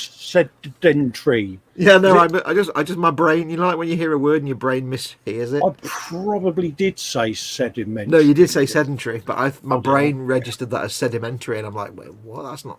Scaly says, "Night, James. Catch you later." Absolutely. Edward says, "Thanks. Thank God for Google, Wayne." Yeah. Although I must have changed it recently. Absolutely, and he says, I just want to make sure you get everything that's coming to you. So, bless you, mate. It's not a problem, mate. Bless him. Angus Allett says, thank you, Mr. Pancreas. Yeah. What does the pancreas do? I don't know. It produces bile. I think it produces bile. Doesn't it make things slip through your guts quite easier by lubricating your bowel? Is that what the pancreas does? It balances your blood sugars out. Your pancreas. Oh, does pancreas. it? Yeah. Oh, well, there you go then. I think that's right. Ah, right. I think it produces bile as well, but I don't know what bile does. Yeah. I thought that was the bile duct in the liver. Oh, it could be. There's a bile duct, but I don't know where it is. It's just below the liver, isn't it? Unfortunately, A-level biology was 30 years. Or is that the gallbladder in the liver? The gallbladder produces stuff. Gally bladdery stuff. Have you not got like an insulin gland? Yeah, it's huge and me calling me watch and my flit and the doohickey. How's that sound? It's the turboencabulator. Well, that was very steampunk. Turboencabulator to make sure there's no side fumbling in your tremmy pipes. Wayne says, if you need a money transfer, let me know. I'll do it. Oh, you mate, don't worry about that. Edward Leonard says, in America, they just call you a beast. Yeah. I thought you said a beast then. My hearing's going weird. Chaos says, I'm off. I've been up since 6 a.m. and almost headbutted the desk falling asleep. Catch you guys at some point over the weekend. Stay safe. Absolutely. Take care, Chaos. Don't headbutt the desk. Wayne's going, good night, guys. I love you so much. And he loves you too, Dad. That's not a problem, Wayne. You take it easy, mate. Take care. Again, many thank yous. Yeah, big massive thank yous, this evening, mate. It's craziness. Yeah, I thought it was the pancreas regulates your blood sugar. Yeah, I thought it was. Catch you guys at some point. Yeah, take care, Scale Modelling Chaos. Lynn says, doing drawing even. Have you read this out? You have, haven't you? No. You're doubting yourself now, aren't you? I am. I'm like, have they read this one out? Lynn's going, yeah, during digestion.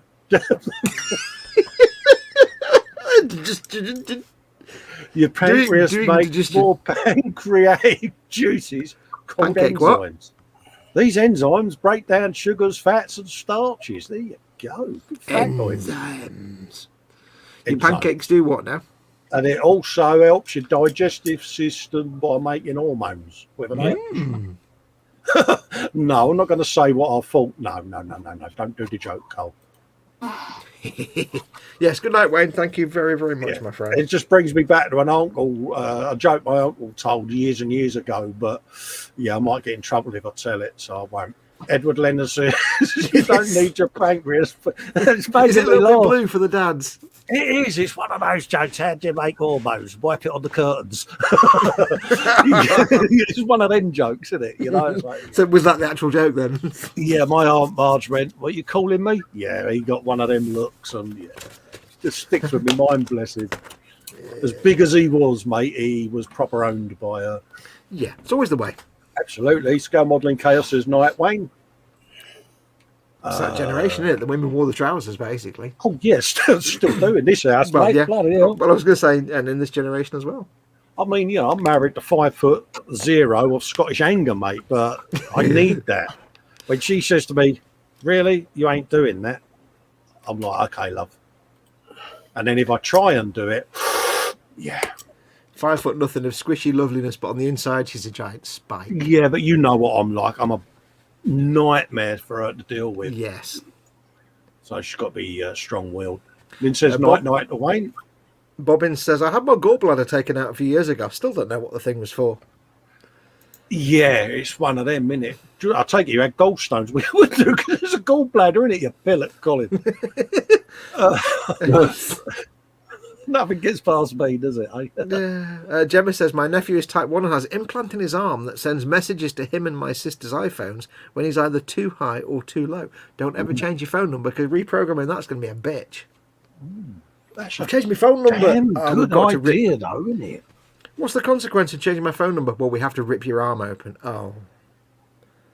What a good idea. So this is where technology is really coming along. I mean, my missus was looking at Apple tags because currently she uses Find My Festa as a, because I wander off when we're out and about together and she can never find me. And it's like, yeah. You do realise that's going to be the same equivalent of putting a bubble on the end of your car aerial so you can spot it in the car park. Absolutely. She said, I'm going to just hang one of these off you somewhere. And I'm like, yeah, right. Strata Strong says, I have an extremely rare condition. I can't make tears when I cry. A birth defect. Oh, really? Is that you don't have tear ducts, or? Yeah, I've heard of that before. Mm. Does that does mean you're exceptionally susceptible to dry eyes and things, though? Or does that I can imagine you use drops then for your eyes to keep your eyes replenished. Well, I was just wondering, does that mean that your eyes aren't moisturised, or are your eyes moistened but you just can't make tears? Don't talk about moisturiser to Colin. Nothing wrong with moisturiser. I moisturise as part of my man care regime, mate. Have I just started something? No, he's mocking me. My boy came round and he's a tart. He gave me a Turkish last week. I beg your pardon? A Turkish. It's Turkish shape, you know. I see what you mean. Yes. Shaped me with the straight razor, and he gave me that. Dare to be bald moisturising lotion with tea tree oil for me head, in case I had razor burn from the straight razor. I think Dad's turbine just shut down. And a certain old cantankerous fucknut called Ben has been mocking me. YouTube will be trying to analyse that word to see whether I get told off. There goes your 2p of monetisation. But he's been mocking me ever since. Oh, got nice. That's nearly yeah. My moisturiser's on the bench. Put your bloody hand cream on the bench. I'm just going to get some fresh water while you guys have a bitch fest. I'll be back in a minute. Yeah, Captain Hand Cream there with his Nivea for Men. Yeah. He's not so bold now, is he, folks? No. Yeah, get. But anyone that shaves their head, get yourself some of that because it is really refreshing and it makes your skin like a baby's bum. Frankie said, I'm sure it wasn't Dad's sound card, lol. It was on that occasion. As I'm walking back across the room then, I've not got my headphone plugged in, but all I can see is Colin waving the stuff on the screen. I'm like, they're still going on about it. Absolutely. Old Nivea for Men boy there, mate, in the background. With his hand cream. Got to keep my hands nice and soft. No, what Dad's not telling you, Dad's got a massive pot of E45 cream for his hands. He's got a pot of Vaseline, hasn't he? A Vaseline. And that's just for the camera. Oh.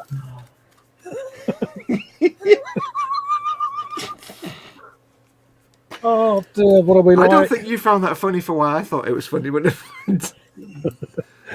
No. Yeah, that's strange. That Gemma says Gemma says about the implant. He says he's had diabetes for 11 years and it's never got under control properly. He's a rare, unstable diabetic. He can go from 12 to 1 or 5 to 20 plus with no symptoms and then ends up fitting. Oh, bless. Wayne Modelworks thinks we're all crazy. Absolutely. I'm not mad. I've got my discharge card to prove it. I'm not mad. But on the other hand, Holding Tommaso, you ain't read this one out, have you? Says the bile duct, I know the gallbladder even, concentrates bile and releases it into the first part of the small intestine to help in the digestion of fat you've eaten. Yeah. It sounds really macabre, but I've just had this image in my head of like you, Colin, at a funeral having to read out like a eulogy. I'd be good, wouldn't I? And you stood there and you'd be like, have you read this out already? Yeah, the grieving widow sat in front of me. You sure I hadn't read this out? then you'd be like, that's a really long cat. Yeah, and Harry with an H was a lovely fella. Have you read this? Oh, mate. Yeah. Doodaloo. Oh, Wayne says, I love you too, Gemma, if you were only single. Oh, bless. Chris is only little. You could easily beat him up. Yeah. Welcome to the Carsey show. Yeah, absolutely. The Carsey of Reardon is the bathroom. No, that was Dad last week. That was him earlier, mate. He had a plate full of chopped liver earlier. You should have heard him in the hangout. Hang on. Honestly, he had a face full of chopped liver, and that's all he could. Face full of chopped. I'll tell you what, there's nothing better when you're having a meal. Right? Have you ever done this where you're having a meal, and you've you've got like a big massive bowl of something like, I don't know, like pasta bolognese or something that you've got in a big bowl and you can just shovel it in. Oh, like yeah.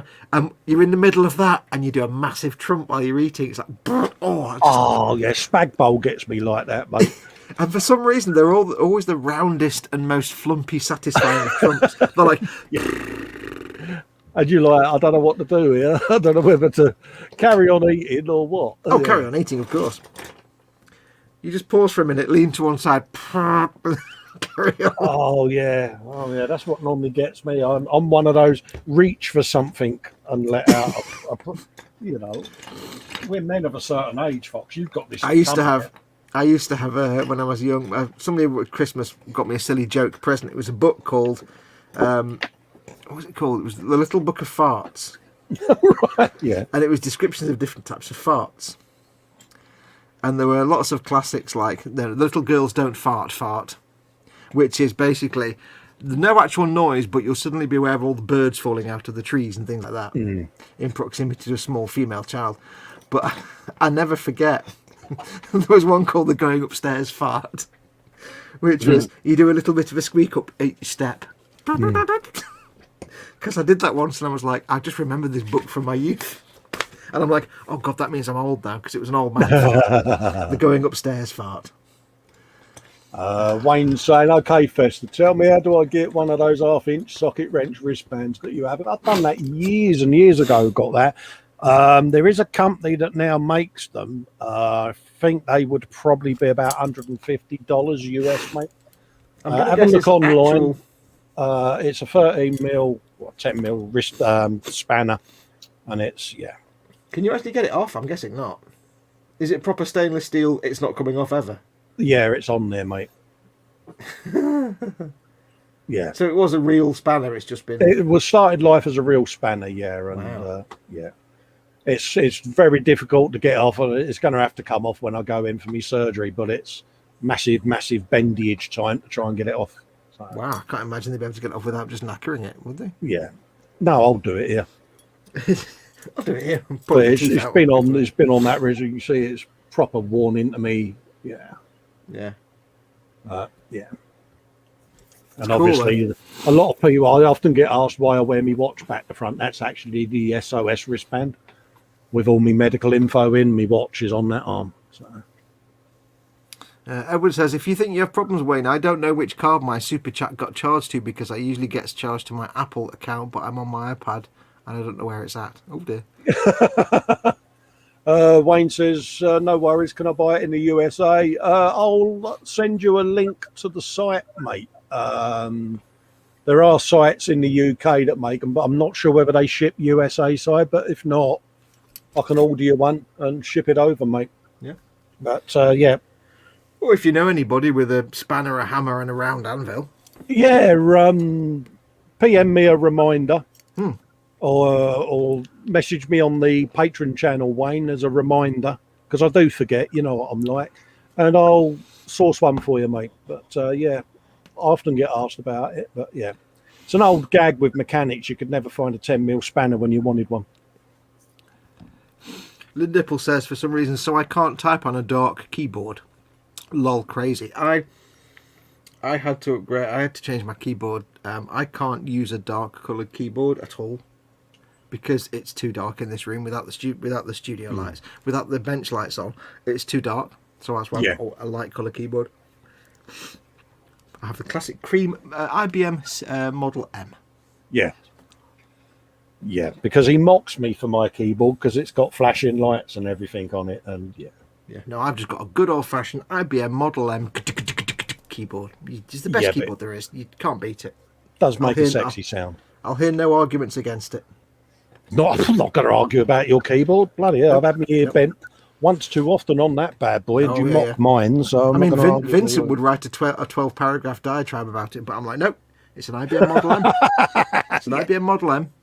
Yeah, because he uses one that's got the individual buttons on it, and that, I can't think what his one is, but he's this modern nonsense with multimedia buttons and rubbish on it. I don't know. There you go. Wrong with that. Nothing wrong with that at all. I love it, but I never knew. I'll start again. I love it, but I just never knew you well enough to ask, says Wayne.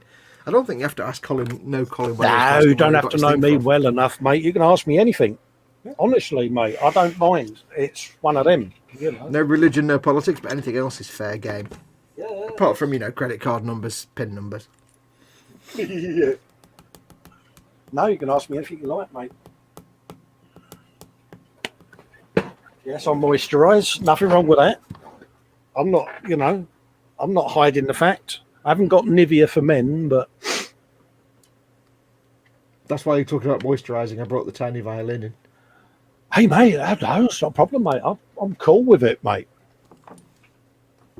It's all right. I can hear him sniggering in the background. He's a git, isn't he? This is a permanent prop. This is a permanent prop now, the tiny violin. My only regret is it's not tinier. See, folks, this is what I have to put up with. I can twiddle my knobs. I can actually twiddle the knobs. Oh. Are you twiddling your knob? I am twiddling my knob right now. Look, you can hear it. Well, you can't hear it. This is where he twiddles it and it goes, and he's like, oh no!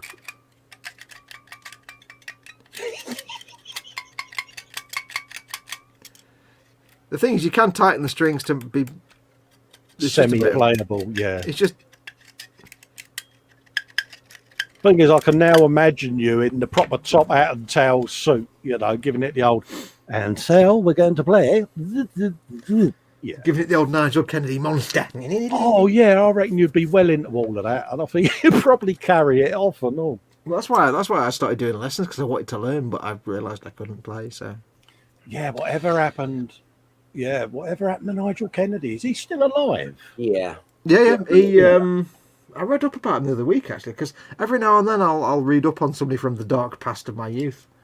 And he's not done any recording or anything. He dropped out of the music scene a long time ago. Absolutely. He just went so quiet, and he was really talented, wasn't he? It's like, yeah, get in there, mate. I think he got into production or something, or he got into teaching or something like that. I can't remember.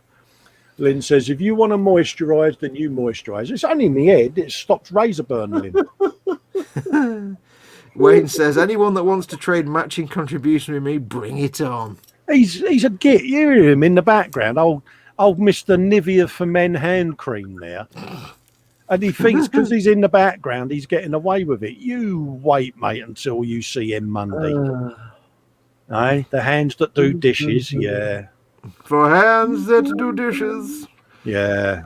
Oh, Edward Leonard says, I just measured all my cables and I need longer ones to hook up my stuff. Lol, sucks. I need longer things. Ooh, lol, yes, Fox, I can hear you, girly man, violin playing way before you produced a real one. Absolutely. I did that. That whole sentence makes no sense at all. I did that, Edward, when I moved my PC down to put my fish tank in. I got monitor extending cables and all of that. And the best thing I did, mate, move it down there because it's so much easier to have it on the trolley than it was on the side here. Is it on the trolley? Can you point to it? Yeah, it's on the trolley right next to me, and I can move it around and wheel it about. Look what you could have won. You didn't get that reference, did you? No. That was a Victoria Wood reference. Is it on the trolley? Can you point to it? You're a southerner, you wouldn't get the Victoria Wood references. Yeah. I know who she was, but I can honestly say I didn't watch Victoria Wood was a national treasure in the north. Yeah. Is she still with us or is she gone? No. She died years ago. Oh, bless her. R.I.P. She was a national treasure in the north and a foreigner in the south. Yeah. Wayne says, the hands that do dishes, no meat, and I will see you, my friend. I love you guys. No worries, Wayne. We're coming off air now anyway, mate. So coming in your ear, coming off air. Yeah, we're coming off air now, folks. Yeah, great. Next on Radio 4, it's time for Jazz Club. Great. And now on Radio 4, it's a bit of Flanagan and Allen with Underneath the Arches. Jazz. And now on Radio 4, it's time for Ask the Family. Ding! And the next word is... Controversialities. The next word is famulatory. What was his name? The guy used to present that. Ask the Family. Robertson. Who was what? Robert Robertson. That's it. That's him. And the next word is... Hey. Rightio then, folks. Yeah. Go on. I was going to say, after him, though, who was the guy that was on that used to have the sort of the rolled R's? What was his name? The rolled R's. The next word is tree, or rather, tree. What was his name? Yeah. He used to roll it. He had soft R. Everything was a soft R whenever he spoke. So tree would be tree. It's going to bug me now. You've all got. I don't know that one. Plummy voice. I was going to say, if you've got soft R's, mate, you need to go to your doctor. And I had to lower the tone again. Oh, blimey. I don't get out much. That's the problem. What's not to understand? Why is everyone calling me girly man when I'm not the one that waxes my head or something? I don't know. Well, mate, it's moisturiser for men. Moisturiser. Yeah. Are you a slaphead? Is your head sore? Give it a rubber dub with a bit of this old moisturiser. Do you know what I have to say? I had to say once I had a haircut really short because I had a number 1 cut once, and I was in the shower and I thought, you know what? Let's just do that scene from Predator where I got my big razor and I shaved my head with the big razor in the shower. Just, proper Sergeant Apone. Was it Sergeant Apone? Yeah. And I'm like, I got out of the shower and I'm sat there and for like about 2 hours I couldn't stop placing my hand upon my head and then doing the Terminator 2 foot thing where you go like that. Yeah. Because I'd never had a bald head before. It was like, it's weird. I couldn't stop doing that. I mean, it's a strange feeling. Nothing feels as good as a shaved head. It sounds really weird, but it's very... it sounds so wrong, doesn't it? Oh, no. What am I doing to myself? But no, you get a nice cool breeze on a sunny day whipping around your smooth head. Yeah. A bit like having a polished helmet, isn't it? Nice smooth Herman helmet. We've reached that level, haven't we? Oh dear, leave us three together. This is what happens when you get 3 old pillocks like us on a live stream. Wait, hang on. We've got to do like a group build at some point with 3 of us. That's going to take years. Yeah, that's going to be a laugh. That is. Well, there's no getting out of it now, mate. We can sit and plan that, and why not? On last week's stream, we all glued one piece onto our model. Absolutely. Yeah. Yes. Yeah, so we're all committed now to, buying an orc stomper and a whole load of other stuff. Cause absolutely, why not? You can pretty much get a squig off now if you wanted to. Yeah, I'm still blown away by it. If I'm honest, it's not sunk in, mate. No, it will. It'll sink in. It takes a little while. I now know how you felt on that night when we broke you, mate. I didn't honestly think it would happen to me, like, because, you're more well known, let's be honest. But no, it doesn't matter. It comes down to the kindness of the individual. Oh, absolutely. The joy they get from your shenanigans, basically. It blows you for six, though, doesn't it? It really does. And absolutely. A massive, massive, massive thanks to each and every one of you. Absolutely. For breaking Festa and Foxx. And yeah. I mean, a big massive thank you from me, because it's not even my show or my channel, and yet you've been kind to me as well as Colin. So absolutely. I'm just a guest. I'm the sidekick. So yeah, I know, but I like being the sidekick. It's no work. You've got this to do tomorrow. Now you're going to be sitting there tomorrow, thinking, "Oh no, what am I going to do?" It's going to come back and haunt you. It will. It's a good haunting, but at the same time, yeah. I don't want people wasting money on me when they, I'm all for kindness, but don't be silly with it. And, make sure you can feed yourself and eat yourself. It's certainly given me scope for more builds for this Friday Frolic show. So that's a massive. You are getting through like one a week, so you need to slow down a bit, don't you? I do. Yeah, I'm going to do some dudes, I think, and try and ease myself down, because I've now got 1, 2, 3. Is it 4 fully assembled kits that I've got to start painting? Yeah. Maybe what you need to do is you need to sort of try and emulate the Cy Reynolds cleanup process. Yeah. Like spending a week taking all the mold lines off. Yeah. It is actually really therapeutic, just like, especially if it's figures. Just spending an hour on one figure cleaning all the mold lines and stuff off is actually bizarre. Yeah, really I tend to do a lot of that off air with me sanding sticks, me scrapers, and go around and finesse everything, because I tend to not take every seam off. I throw it all together and then go, right, what can I see? Get rid. But yeah. But we try it a bit differently. Try it me and Simon way. It's bizarrely relaxing. Yeah. And it might mean that you only get through like one dude. I mean, how long is it taking me to do all of these? Let's just get all these over here.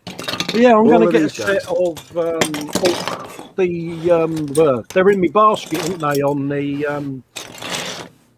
how many points have you got now? Goblin Gaming. They're on the. They're still on the same points, mate. It's in the basket at the moment. 748. Nah, 284 now. Yeah, that'll be about 6,000 in about 4 days' time. Yeah, it's going to go up, isn't it? Yeah. Look at that lot. That's a lot. Yeah, so if you look at all that, that's a good. How long have we been doing this now? About 2 months. Yeah. It's a good 6 or 7 weeks. That purely because. Oh, blimey! I've going through them slowly, taking out all the mold lines. So I only do 1 or 2 guys. Is that a subtle hint? Is it? No. What I'm saying is, if you wanted to slow down, because I know you get excited. It's not about you can't slow down because you get excited and carried away. The saw comes out and you've built an entire model in a day because it's what you enjoy doing. Yeah. So you can't really slow down your creative process, but what you can do is use the part of the process you can slow down, which is the cleanup. Yeah. And figures are great for that because you've got little tiny parts that you can spend a while cleaning up. Well, this is why we was on about getting the Orc starter set, wasn't it? Oh yeah. Well, apart from the fact it's like 44 quid. I mean, I've been doing this show the same amount of time. Look at that. Yeah, I've kind of dirty great sex wee time. Oh. So I've kind of carefully arranging the camera. Carefully with the camera now. Cool. I think so. That fan enough good. Ooh, what the hell? Half good. Oh, but yeah, so I've kind of got carried away and I've got the Sentinel somewhere that we was going to do as a buddy build, but that didn't work out. You can't let it lie, can you? You can't let it lie. No, I hope that was your head. The Beetle was only 4.5 years ago, mate, and I still remind him of that. I hope that was the top of your head that just shot through the camera shot then. So do I. Got that? I don't know. It wasn't. It was moving faster last time. Oh. I'll dread to think. Guess it was me belly. I wouldn't have thought so. You never know. Did somebody just trump then? you did, didn't you? Bloody hell, you got ears like a shithouse rat. I have. You know you can't hide them. Bloody hell. I know what a squeaky chair sounds like, and you can't get away with.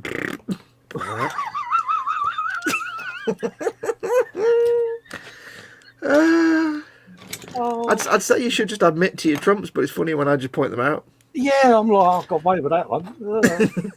I should have known, really, shouldn't I? You should not have thought that. Damn you, Wilkinson, you fool. And I still haven't ruined me broken toads yet. Still haven't ruined them. They're still... Good girl. Have you actually used them yet? No, it's because they're still in the cellophane. You haven't used them yet. Lynn Dipple says, I've got to go. Got to get up at 4:30 for work. Night, loves. Absolutely, Take Lynn. care, We're Lynn. coming off air now anyway, darling. Yeah. So, we're both, I think, rambling because we're simply broken. And Yeah, we're just... Yeah. Yeah, absolutely. I glued 7 bits together, but I think given what went on tonight, I think that's allowable. Absolutely. It's massive thanks to each and every one of you Absolutely. that has contributed to breaking dear old Festa and Foxx. And, whether it was $1 or lots of dollars, it was all awesome. Thank you very much. Every dollar means a love heart of goodness, doesn't it? You know what I mean? It goes a long way. So absolutely. Personally, massive thanks and hugs. Cannot thank you all enough. And we look forward to seeing you. Well, Fox is seeing you all tomorrow. At 3 o'clock, is it that you're on, mate? Yep, 3 o'clock, Skyrim Saturday. Unless, Skyrim, of course, Saturday. The only thing that would stop it tomorrow is if it's 100 degrees in here again tomorrow. But so keep an eye on the Facebook and Twitters. It should be all right. I think we're on for a cooler day in the window. Yeah, I can't because it's having that you have the computer on and the Xbox and it's upstairs back bedroom. It's World's smallest violin. I've shot myself. I've hit myself with my own splash damage now with this, haven't I? I know you have, mate. You have. Because now I'm going to Google and try and get one that's in tune so that you can sit and play it. You know you will. The only thing I ever figured out how to play was Beethoven's Ninth because it's like good enough, mate. That's good enough. Still sounds good. I can do all 4 notes at once. Like, there you go. See, he's a man of many talents. I'm a man of many talents. I'm a storyteller. Oh God. There's no flashback to children's TV. Pleasure. Oh well, I'm gonna love and leave you, peeps. Thanks Take again care, for everyone. tonight. Fox will see you tomorrow. Yep. I'll see you for a Sunday brunch. Are you doing an in-between shows this week, Deb? Yep. Yay! I'll see you on with that as well, and obviously for the Warhammer Sunday as well. Yeah, we shall carry on this exact conversation with a bit less swearing on Sunday afternoon. Absolutely, I'll try and behave myself on Sunday. No, we'll just end up swearing. It seems to be going that way, doesn't it? Yeah, we're doing all right, mate. All right, folks, and thanks to each and every one of you, and see you then. Bye-bye. Take care, everyone. Adios, amigos. Bye. Bye-bye. Bye. Bye.